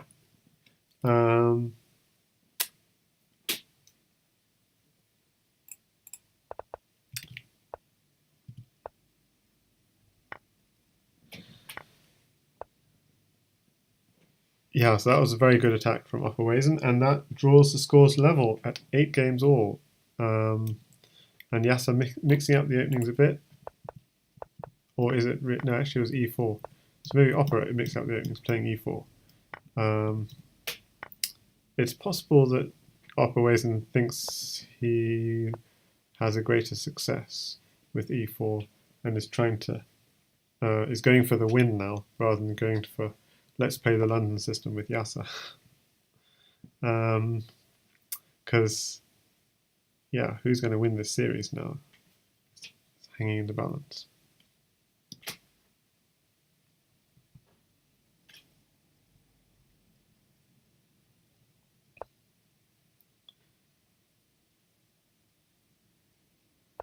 Okay, e7.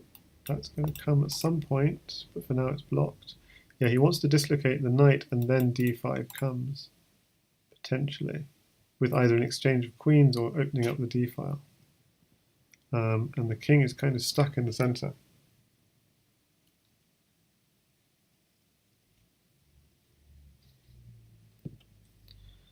So it's a little bit of a problem. Pawn takes one, bishop takes one. The knight is pinned then.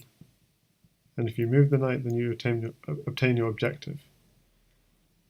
So maybe you could also defend the knight. Knight d7, I don't know if that's an idea worth considering. And the problem is, you wanted to shift this knight.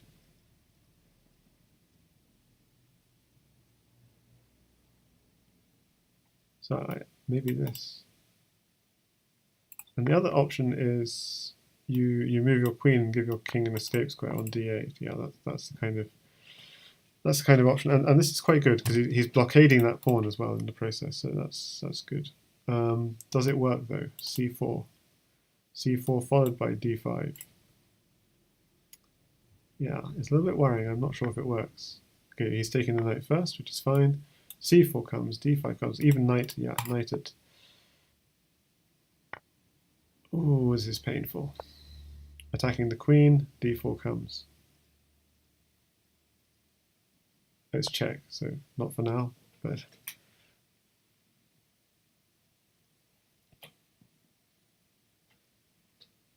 And I've noticed in Opper's play, he's very good at these opening up files. You know, it's one of his favorite plays. So wait for it. He's just dying to open up that D file.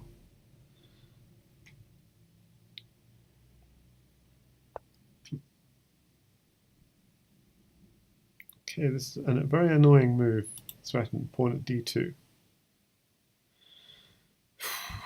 So white's only pawn, doesn't want to use it to defend, so he's using the knight instead. It's protected by this, so it can't be hit with tempo, it protects B2, so yeah, the queen is kind of lacking squares to go to here.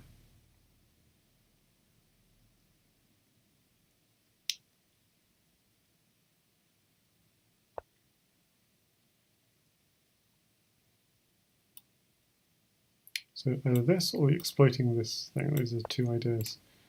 Okay, e4.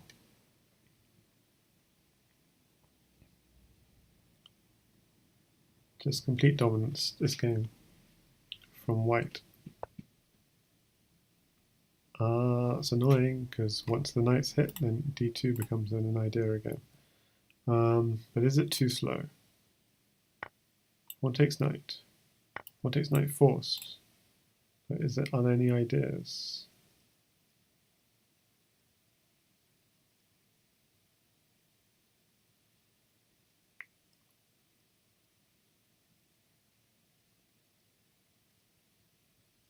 You don't want to even allow pawn at d2 because even though king here, knight here, king here, there may not be anything. It's just white is so dominant, why allow it? So instead he's just creating a safe square on d1 for his king, hitting the rook. And the rook is mating after all, so it's a good piece to hit. And is there another threat? I mean, bishop g7 kind of does a good job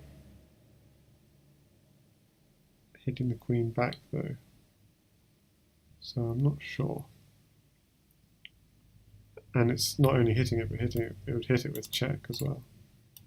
Bishop g7 seems reasonable.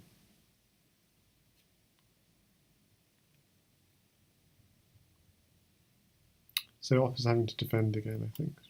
Bring the knight back. One knight drop. She wouldn't otherwise want to do.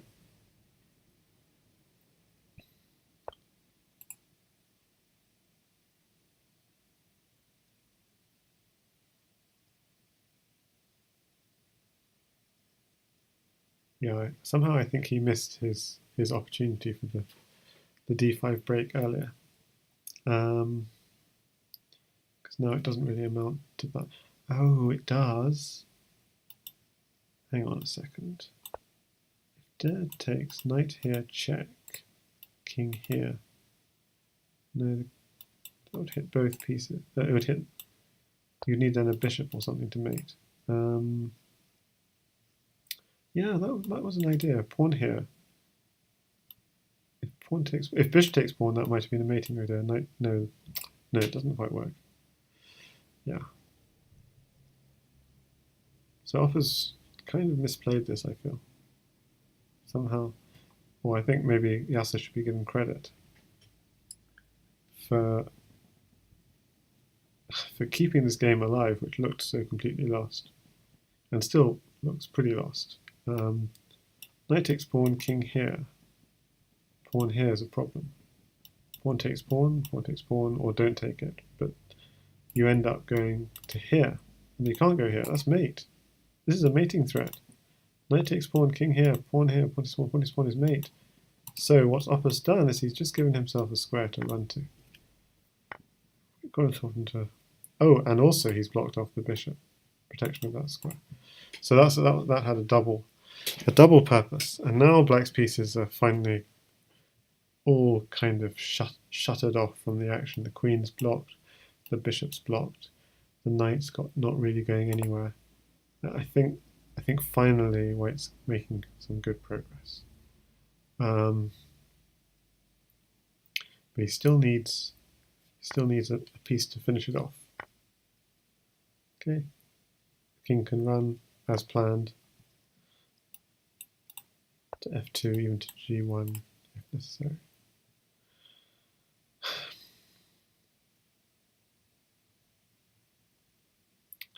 Okay, so this doesn't work because d7 is still covered by the knight. So, but there's probably some mate anyway somewhere. Okay. Oh, so the bishop blocks off the king's approach. This is very nice. So the king has to go here. And then there's a reveal. Knight takes pawn, winning the queen, or something else. Or winning the bishop. Or winning the queen, I mean. And where's the mate? Just takes it. Takes the queen, threatening queen here, checkmate. If you take it, now this square is no longer defended, so you're trumping into this square. And where's the mate?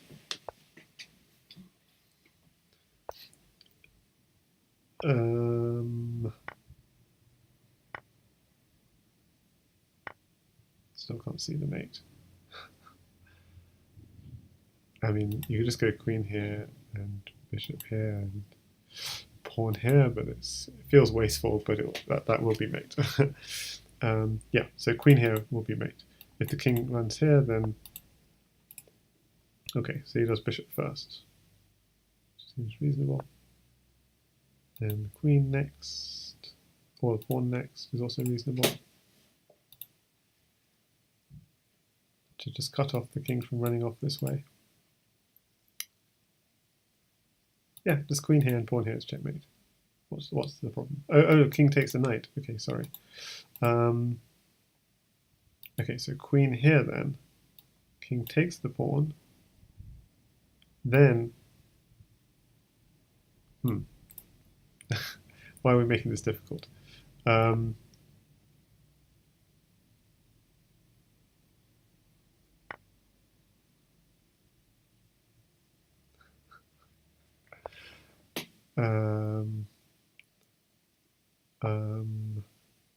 Queen here, king here. Ah.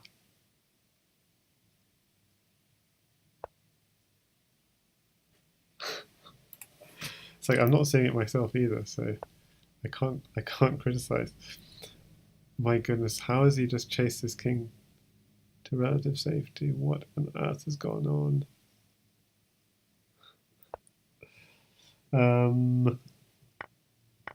Oh yeah, he gets the pawn. Okay, that can be blocked. But oh my god. Why didn't he play rook b1? Takes. Okay, he's really close. Queen here check, yep. Blocks. Doesn't want to give away for a knight. Okay, he gives away for a knight. He's convinced he's got it. He better be right. So the king the king could run. Where's the escape? The escape path? I mean, these are all not protected.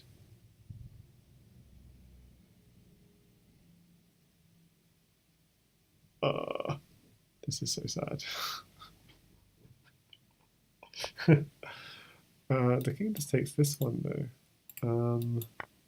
And this, oh my god, this is so sad. Oh, that's so sad for Offer. Oh dear. Yasser switching to Team Offer as a sparring partner. I think he's going for mate by torture. Oh my goodness. That is embarrassing. That's what happens to me. So yeah, it can happen to all of us. Whew.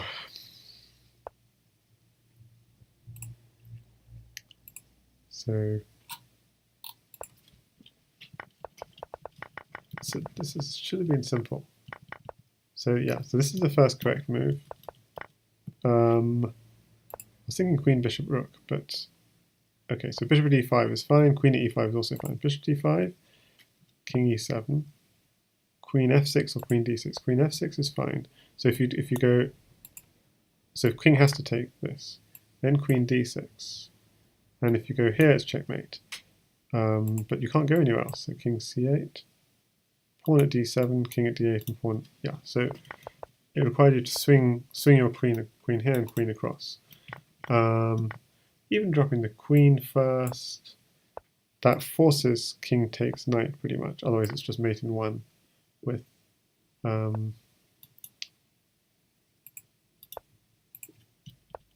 If the king runs here, bishop here, it's just checkmate immediately. So that would have forced king takes knight, and then drop a bishop. Bishop d6 doesn't work. Pawn at e6. Well, it does work, it's just it's slow. King c8. This is just bishop d7, king d8. So this is not so easy, because you need to drop the pawn at e7 just to get him to be able to drop this one, and then the final pawn. Okay, so it's just a little bit. That was another way of doing it. Okay, just a little bit tricky. And I think, yeah, Opper does sack quite heavily sometimes in the confidence he has made, even though sometimes that final queen sack maybe wasn't necessary. Yasser playing e4, indeed. Yeah, let's just pay attention to this. Yasser playing e4, says GSVC in the chat. What's going on? He's playing the theory. Okay, hides his bishop on a2, controls d4, going for. Looks like he was going for a sack there. Queen takes f7 potentially. Hides his king on h1, puts a rook on g1.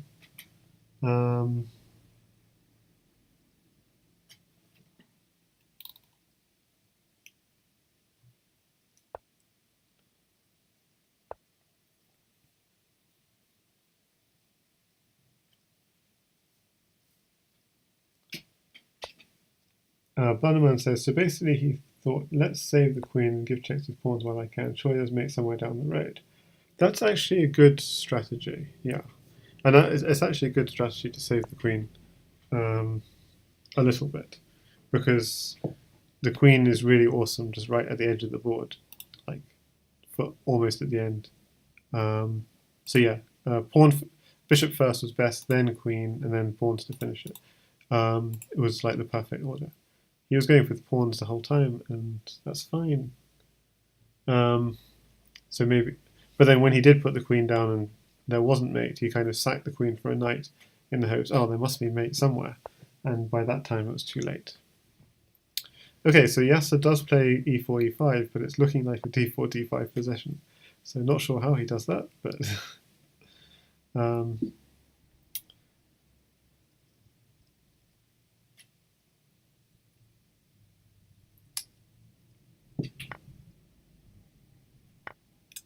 yeah. Yasser commented, Opper commented in Discord chat about that last game. Oh my lord. Yeah, not ideal. Okay, so he's going for h6.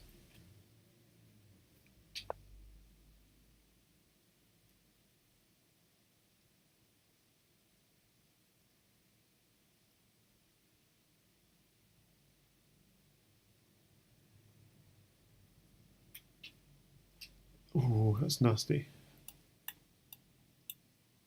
And the point is, if you take, rook takes rook, rook takes rook.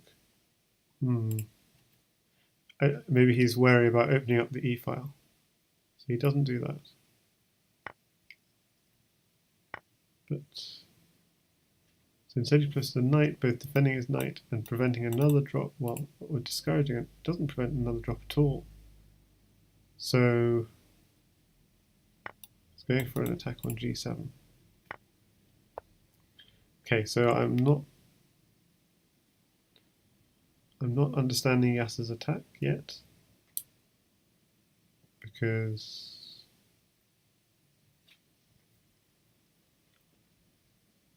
I mean, you could just drop on f6, keep going.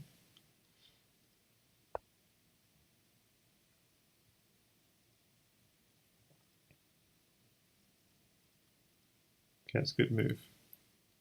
It's a very good both defensive and offensive move. It's very nice. Where does the queen go?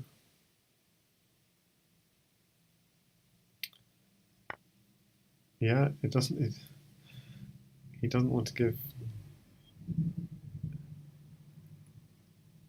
Well, rook takes. Oh my goodness. You can just drop a pawn here. I mean, kind of materialistic, but it's just begging to be played. I don't know. I think taking with the rook was better, but.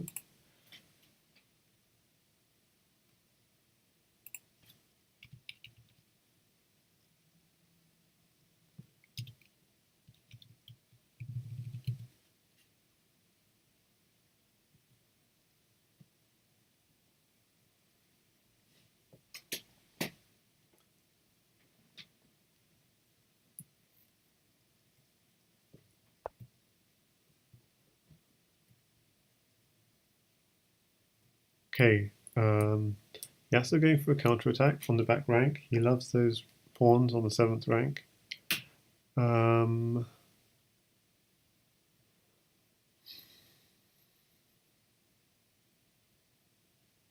I guess that has to be respected.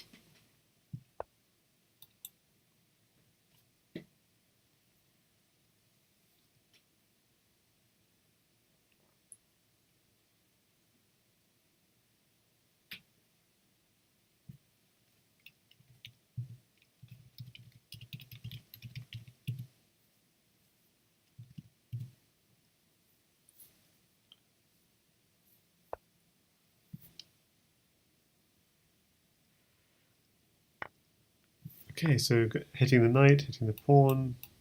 Obviously pawn takes was hitting the queen, so that had to be addressed. Now f2 becomes a weakness. Okay, so he's defending, drops on e8 and defending his knight. And defending h6 as well, but h6 seems okay.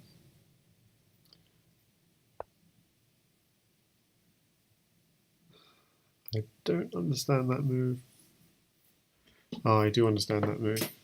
Yasser just wants to build up an army of queens. Yeah. Okay.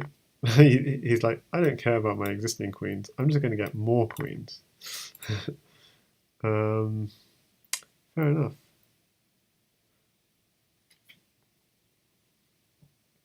Disconnects rook and knight, he says. Yeah, attacking the knight as well. Good point.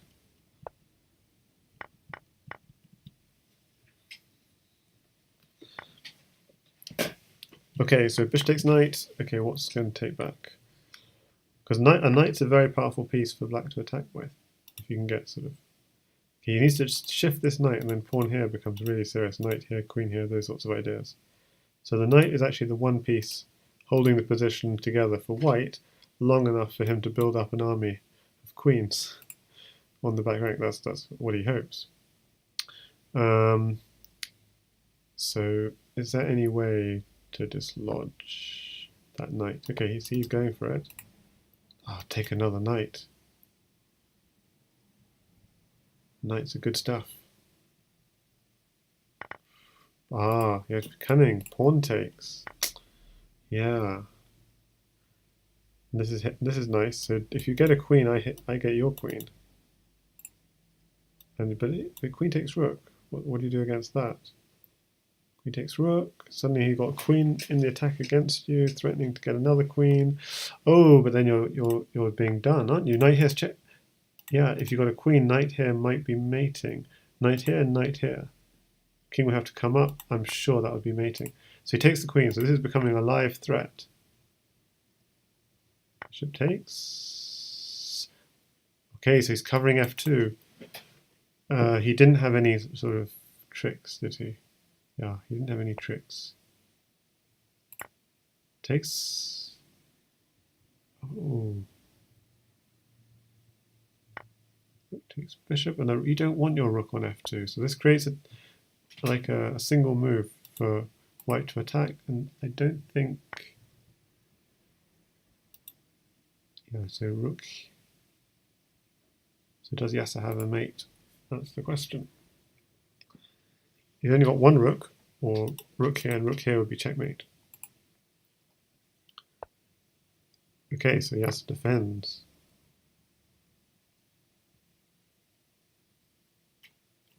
And black's got quite a big army.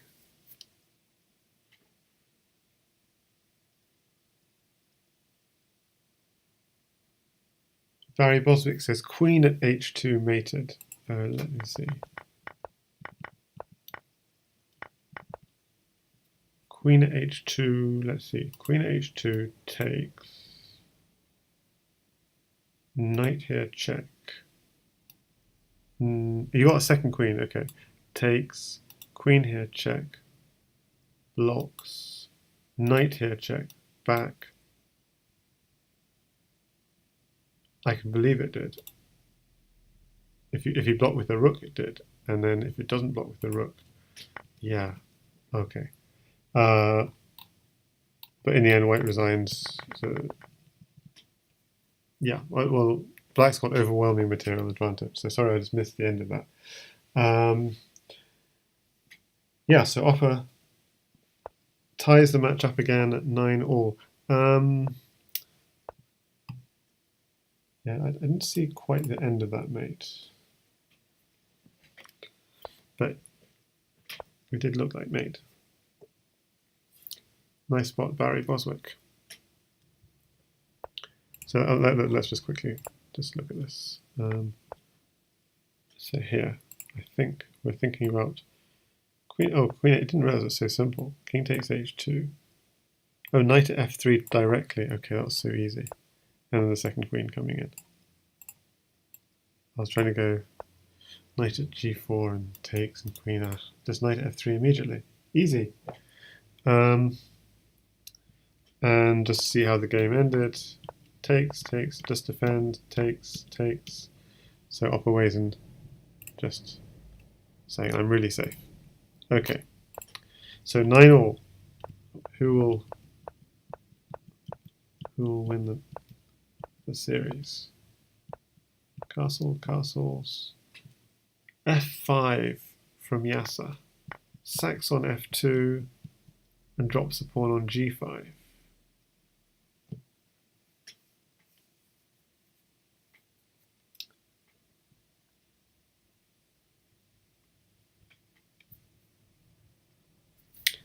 Yes, I've got 11 viewers on Twitch, so welcome, and another 37 watching on the Lichess's site.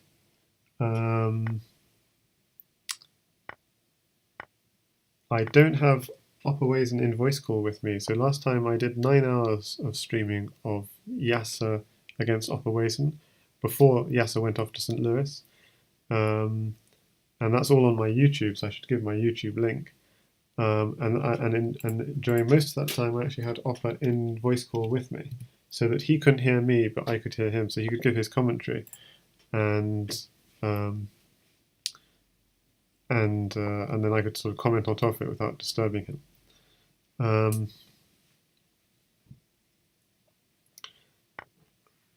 But today he's back from St. Louis, he's back in Holland, and he's back playing Crazyhouse on Lichess. And yeah, opperwezen, in case people don't know, is has been winning all those matches in the Crazyhouse World Championship candidates, and will likely be, well, we'll see, because 12 Teen or GSBC could catch him, but he will likely be the challenger to face Jan Lee in the final to decide the 2018 Crazyhouse World Championship. So he is the best. He's not just a random IM. He's not even just one of the best. He is right up there at the top. As guys who are familiar with Crazyhouse will know. So this is just saying this for anyone who's new streaming in, watching this for because they're a fan of Yasser.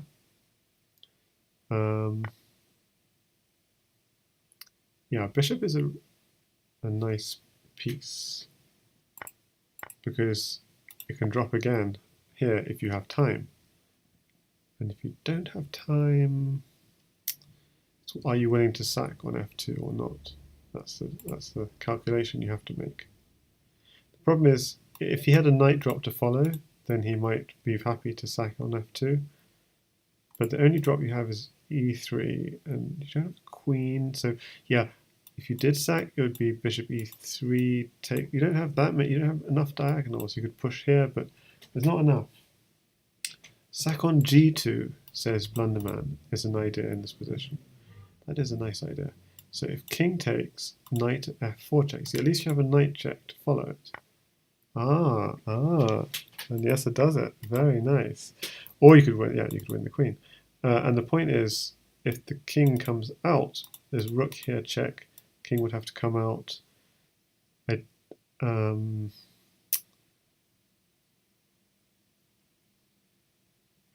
Yeah, I'm not seeing the mate exactly, but and if the king comes here,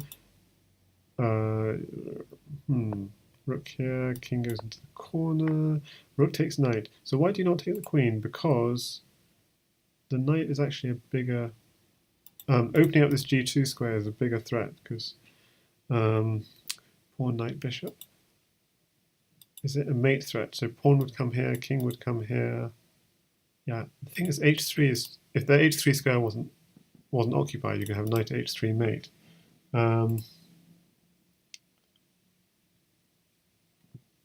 Yeah, if you took the queen, it would be end of attack. So he's continuing the attack. Ideas would be stuff like bishop at g2, bishop takes knight. If king dares to take the rook, then you take the queen with check, stuff like this. Yeah, king g3 was probably mating, but I didn't quite see the finish. It was something like rook here check, king h5. I didn't see the finish. Maybe pawn here check first. Yeah. I didn't see the finish. Yeah, maybe king g3 would be pawn f5 first, then king h5, then rook. Yeah, rook here check, blocks, and knight g6 would be mate. Yeah. So that's why he had to run back, and he couldn't run back to h1 because I was pawn and rook in the corner would mate. Pawn on g2, rook at h1. Okay, so he's guarding g2. So what now? You want something. You could just take the queen. You still got a nice attack. Take the queen. Let's see.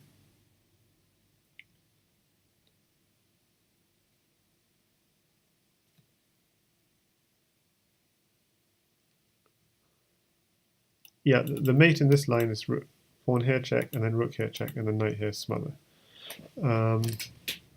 Oh, king could still run to here. Yeah, but this is, I'm sure this is mate in that line. But so king had to run back. Yeah, white has no attack. So I think here we can take the queen. Is there anything else we can do which is more powerful? So at some point we could have rook h2, rook takes h2, and knight at f1. This is interesting actually. Rook takes h2, king takes, knight at f1 check. So those two squares are blocked. If the king goes to either g1 or h1, pawn, yeah, it could just go back to h1 though. Well, this is cruel. You're just threatening knight at f2 mate. This is quite nice. You won a knight for a pawn and you're threatening knight at f2 mate.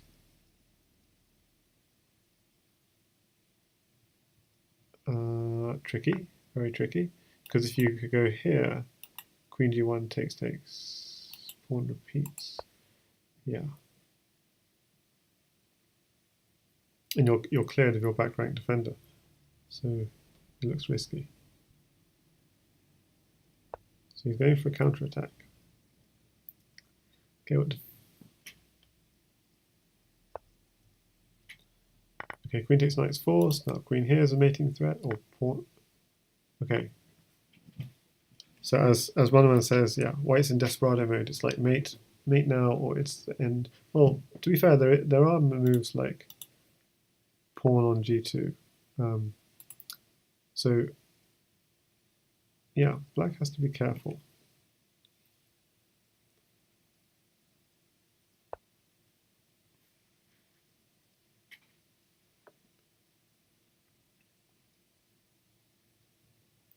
Lots of chat. Knight f2 now, knight g5, still no attack. King e7, black is safe. One person saying it's safe on e7, the other one saying safe on g6. Bishop f7 after g6 is mate in 2. If you go to g6, yeah, you get mated because bishop takes knight. Oh, do you get mated? King takes knight, rook here, king here, bishop here, king here. Yeah, it's a bit complicated. But certainly king e7 is a lot safer. But now, does opperwezen have anything here? Let's have a look. Yeah, this is interesting.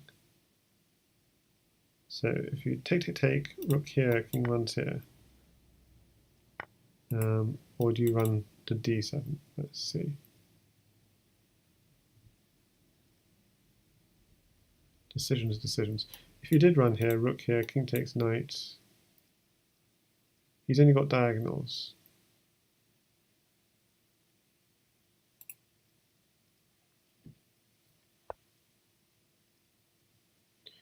So it just runs, this feels safer.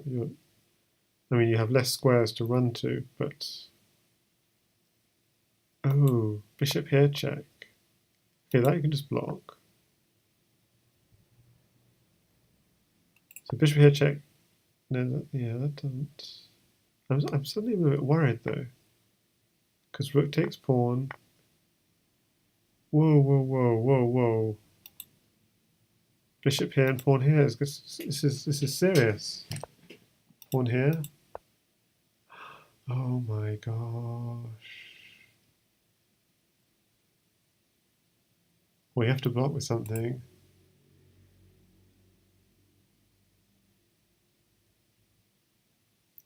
And whatever you do, if you don't block with a rook or a queen, queen here check becomes a problem. And if king here, queen here check becomes a problem.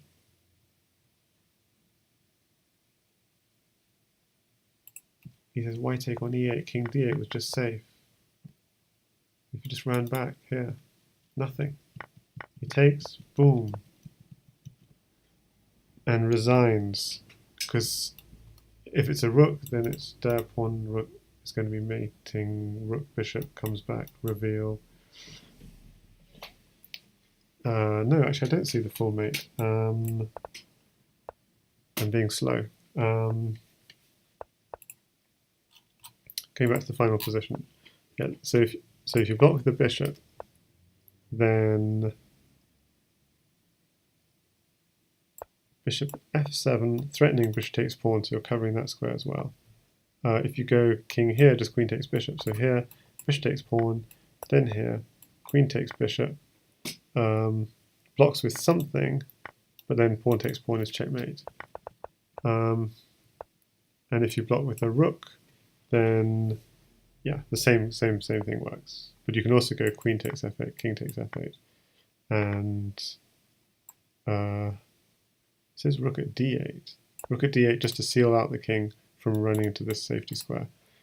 This is blocked, so you have to block it off with the bishop or something, and then bishop at g7, king here, and rook takes e8, check, block, rook takes, check. Anyway, so lots of ways of mating in that final position, but there were also king d8, as people said, was safe. So Oppa says that it was horrible to win that game like that, but also I lost the game which I should have won. So 1-1 in horrible games. Yeah, and John Stuckey says, can't fall asleep against Opper with 5-second increment. If for Yasser, this is 30-second games.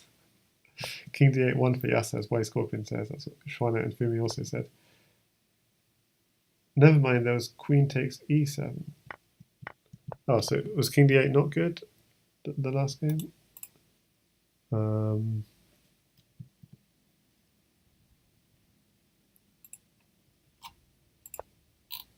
Yeah, so at what point? So black's completely winning. Pawn at e7, bishop here.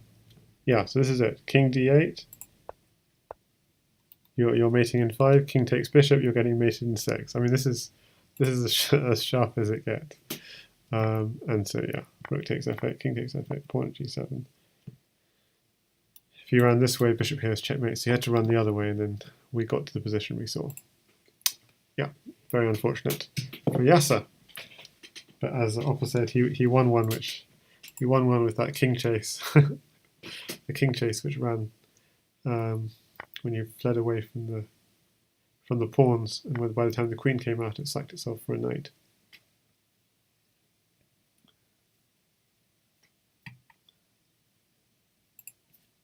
So let's let people know I'm streaming it,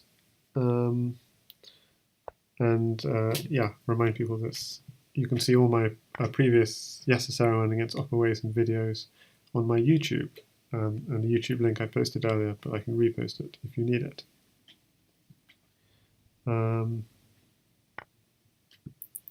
Okay, look at that center. Just going to recap how we got here.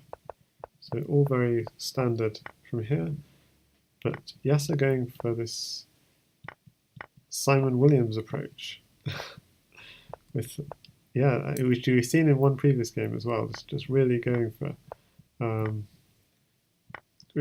push of the H. In that game, it was at the G pawns as well. But oh my gosh, look at the weaknesses he's creating. King has to run to f1.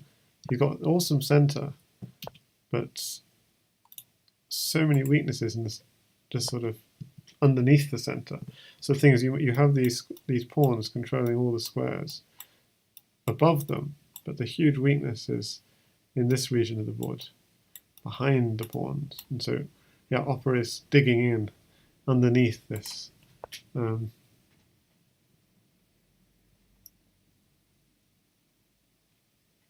Underneath this thing. Yeah, so everyone should subscribe, as Fumitok says, to the ZH Bras on Twitch, ZHBRUHS. The first, I mean, obviously the foremost program is the Jan Lee Crazyhouse. So you should all subscribe to Jan Lee Crazyhouse. He's the world champion after all. And to Helm's Knight, who does lots of Bughouse on chess.com. But if you're interested in Crazyhouse, the ZH Bras, ZHBRUHS, are great Crazyhouse stream, run by Fumitox and Little Plotkin and Carl Legion. So I highly recommend it.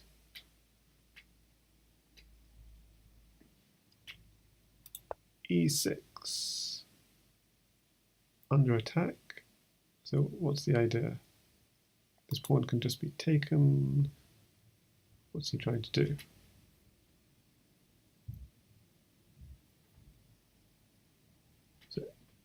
So protection foul says in the commentary, Yasser loves playing h4, and h says, and queen b3. And I'd say, and also pawn on the 7th rank. There is. So interesting, he had a choice with knight takes pawn, bishop takes, queen takes. So obviously that knight is on important defensive duties, which is why I'm not sure in particular which defensive duty he was trying to distract that knight from, but he was trying to tempt that knight away from some defensive duty. Yeah, it was that one, wasn't it? That pawn was protected twice and only attacked one.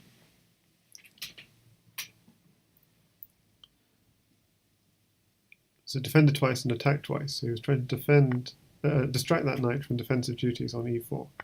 So that becomes clear. Oh, that's quite nice. The queen was also watching. Now we have a mate in 1 threat on h7. On h7 could still come. Knight would be dangerous. You could pick up that knight. Pawn here, king across, knight here would be checkmate, but it's not so easy to pick up.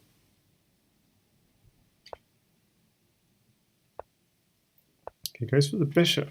Now this is interesting. He's willing to give up the queen for pawn takes, pawn check, king takes, bishop here, check, king back, pawn here, checkmate. So that's a poisoned queen.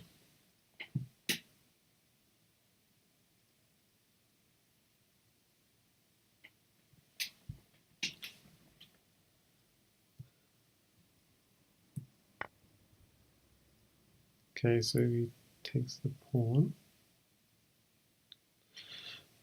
So pawn here is a problem.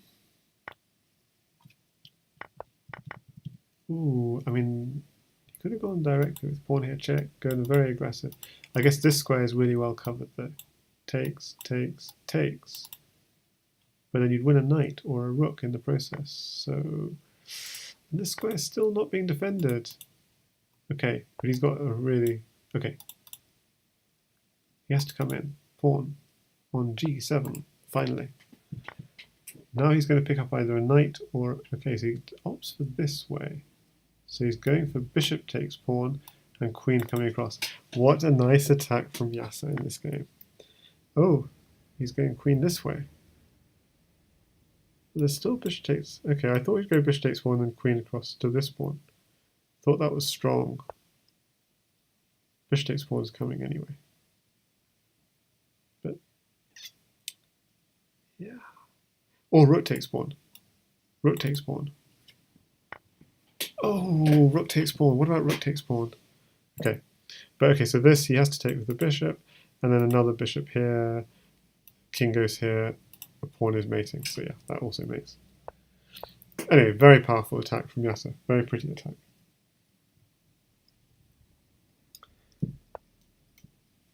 And Yasser going for the Scandinavian, which is quite popular in Crazyhouse.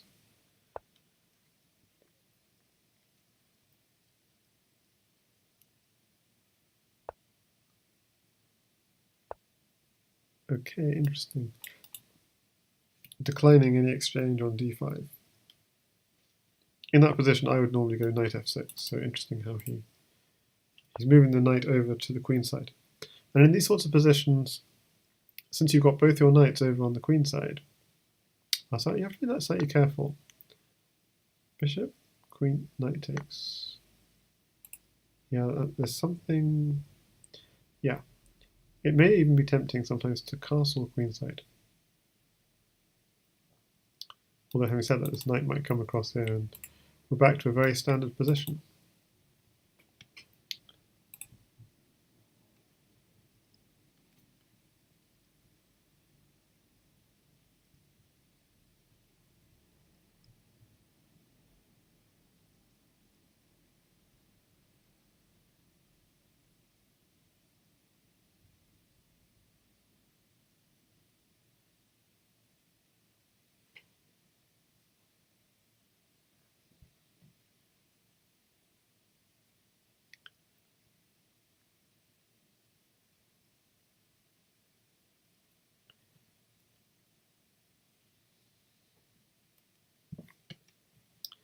Okay, so Yasser entering a bit of a think tank.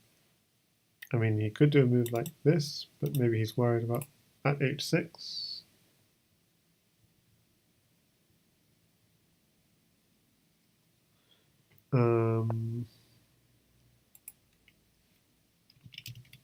Oh, so people are talking about the GSVC Fumitox match.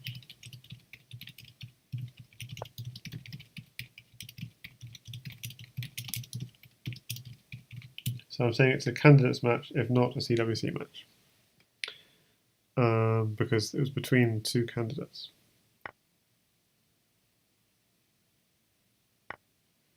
And it should have been, in a way, a CWC match, but Fumitox is intent on withdrawing from the Crazyhouse World Championship.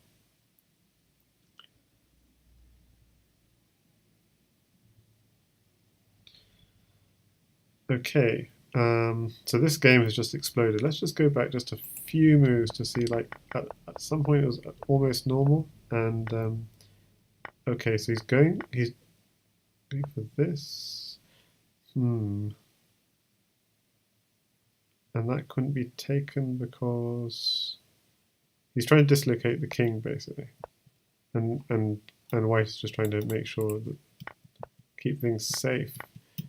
So this is sort of exploded, this game. So black's doing his best to try and stop white from castling and just get in on the white's position. The centre is completely broken open. The knight or the bishop are going to be coming in very soon.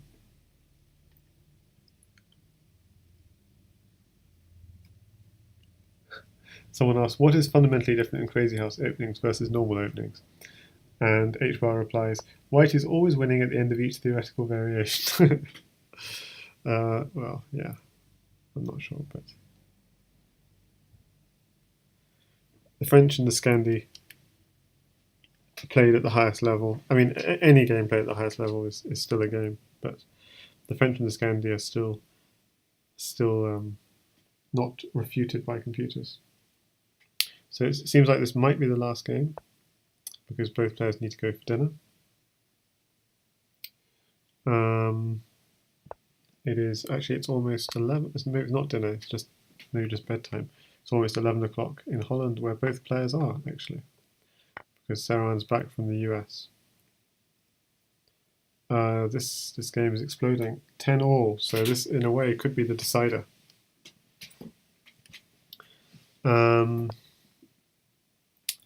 Yeah, it's hard to say what's going on. He can't afford to take this bishop because queen takes queen would be mating him.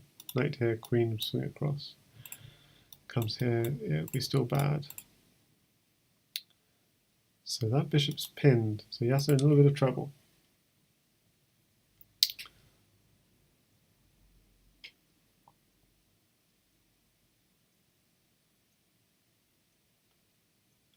Yeah, what is fundamentally different? Okay, so I'd say obviously it's things are more true. Like obviously, you're never in an endgame, so it's all about attacking. It's not about like grabbing a pawn here and there. Okay, obviously a pawn is useful, but you can't be so materialistic in this game. You have to go for the opponent's king.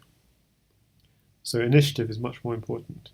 Holes in position is it's not all about the tactics are very important in this game, but it's not only tactics, also position. You see here, like Yasser just throwing everything on, just trying to stop white from castling, because he knows once white is castled, there isn't any h3 attack. There's no attack on the white king. He's just going to he'll sacrifice a piece or even a couple of pieces just to try and make some headway. You can sacrifice a queen, like as he's doing here. Knight takes queen, no problem. When in regular chess, if you sacrifice your queen like that, and white sacrifices the queen back. Okay, and this is going to be very close to losing. Pawn here, rook on the back rank, takes, another pawn here, and rook there is checkmate. So yeah, this is mate. And black resigns. And okay, maybe this will be the last game, we'll see. 11-10 to opperwezen.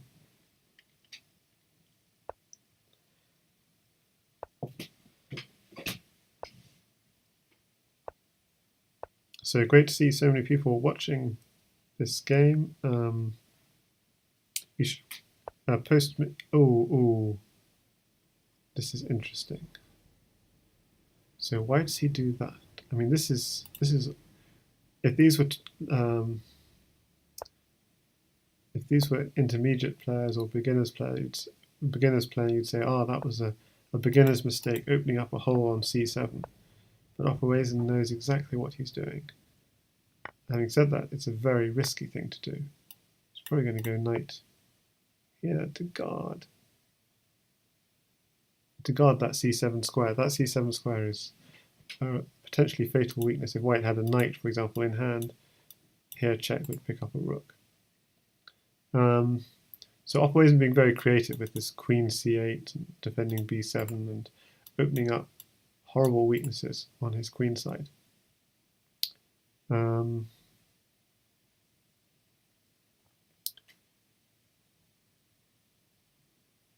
You said 12-team played Sicilian versus Opper. He did, and did you see what happened to him in that game?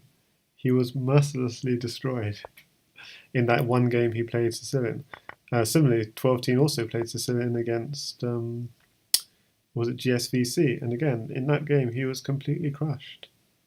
So playing the Sicilian is actually possible, but when you're, it's just so easy to make a mistake and get things wrong. The game against Opper, it lasted about 15 moves. It's just he was never in the game.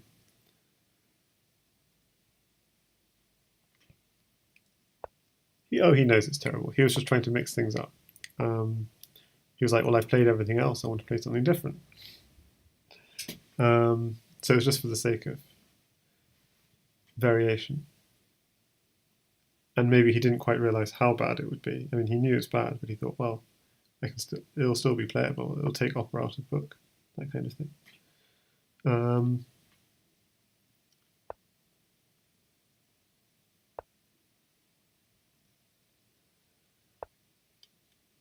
Whereas here, I think Opera knew what he was doing a lot better when he did this. I mean, he didn't give away a knight when the king was still on e8. He hasn't given away an attack really. We saw an earlier game actually where Yasser had bishops on both these diagonals staring into the king side, and somehow miraculously, Opera somehow defended, put his own bishops and queens also on this diagonal. Somehow there was some sort of trade of this bishop, and so then there was a knight on this square. Well, a knight's not going to intimidate you down the diagonal, and yeah. So it's not that this position can't be come back from, but okay. So knight on d3 is a nice idea. Yeah, this is it. So he's given away his dark squares, but he's going to really try and hit these light squares. Bishop takes. Okay, you got to take the queen, I think. But the problem is, if you take the queen, bishop takes rook, knight takes. Yeah, I think he realizes it's too dangerous because bishop takes rook, knight takes, rook here, check, knight here. No, the knight was defending the mate. So yeah. Just clearing out his Opper goes for clearing out his own position. The thing is this: if White had a pawn, then pawn on e7 would be quite dangerous. Okay, Yasser just couldn't care less about his queen. I think that's careless. Like, it is a whole free queen. But okay. But also, I think Yasser's caring about his g2 pawn. I think that wasn't an immediate mating threat, though, I don't think. So, but anyway, yeah, interesting. This move is nice because the knight's also guarding e7. Well, it was. Pawn at e7 comes. I know Yasser. Except his queen is still hanging all the while, so I'm a little bit nervous. Yeah, is there a follow-up though? So pawn at e7, queen at d8. So if he takes the queen, bishop at h6, maybe. Just bishop at h6. Oh gosh.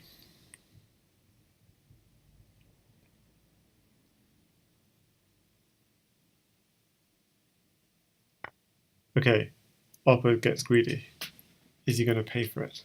I think he's got quite a nice light square attack here, with bishop takes, knight, rook takes, another bishop drop. Pawn takes knight.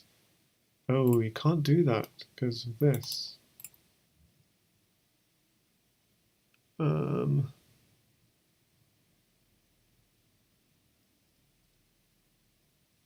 Yeah, that is serious. That's a serious threat because if you go here, queen here is checkmate. You go here, queen there, queen takes pawn, and that's checkmate. Yeah, that's so very serious threat.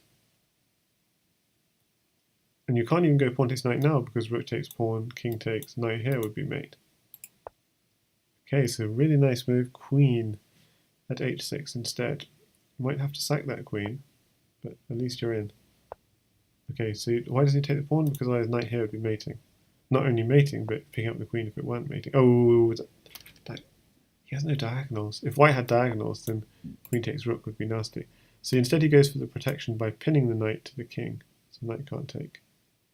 And it's actually quite nice. So rook takes knight, king takes knight here. Okay. Rook takes bishop. This is a diagonal. Queen takes rook. Bishop. Okay, goes for knight first. This has got to be mate, got to be mate. Where's the mate? Rook here, check. King takes knight. Bishop here, check. And pawn here, mate. Yes! The king would have to go the other way. Bishop here, check. No, king goes the other way. Pawn here. It's checkmate. No, it's not. Bishop takes. Pawn here, and then... Okay. That's also mate. That's a nicer bit. I was looking at all these mates in 3, and it's yeah, mate in 1. Oh, nice win by Yasser. So 11-all, and I think that's going to finish at 11-all.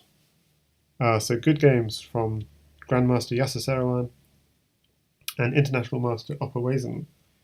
11-all it finished, which is a good result for both. I mean, Yasser Seirawan was 4-love up at one stage and 5-1 up. So a bit of a fight back from opperwezen after being love 4 down. And a really great series, really great training series. Good games. Good games.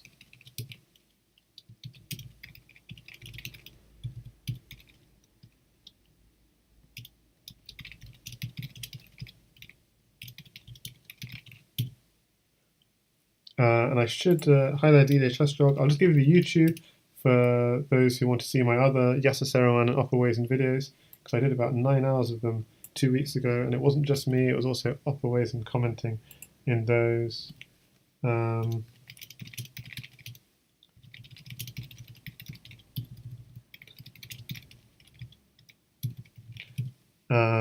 So yeah, check out my YouTube. Do subscribe to my YouTube, that would be great.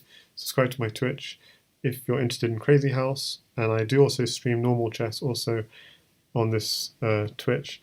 Crazyhouse is good for seeing mating patterns. It's also good for calculation. It might make you encourage you to sack your pieces a bit much if you go from Crazyhouse to playing chess, but you definitely need to be good at chess to play Crazyhouse, so they work together. And of course it will improve your bug house if you're interested in bug house. So thanks everyone for watching. This has been a wonderful series between 2 fantastic Crazyhouse players at the top of their game. Bye.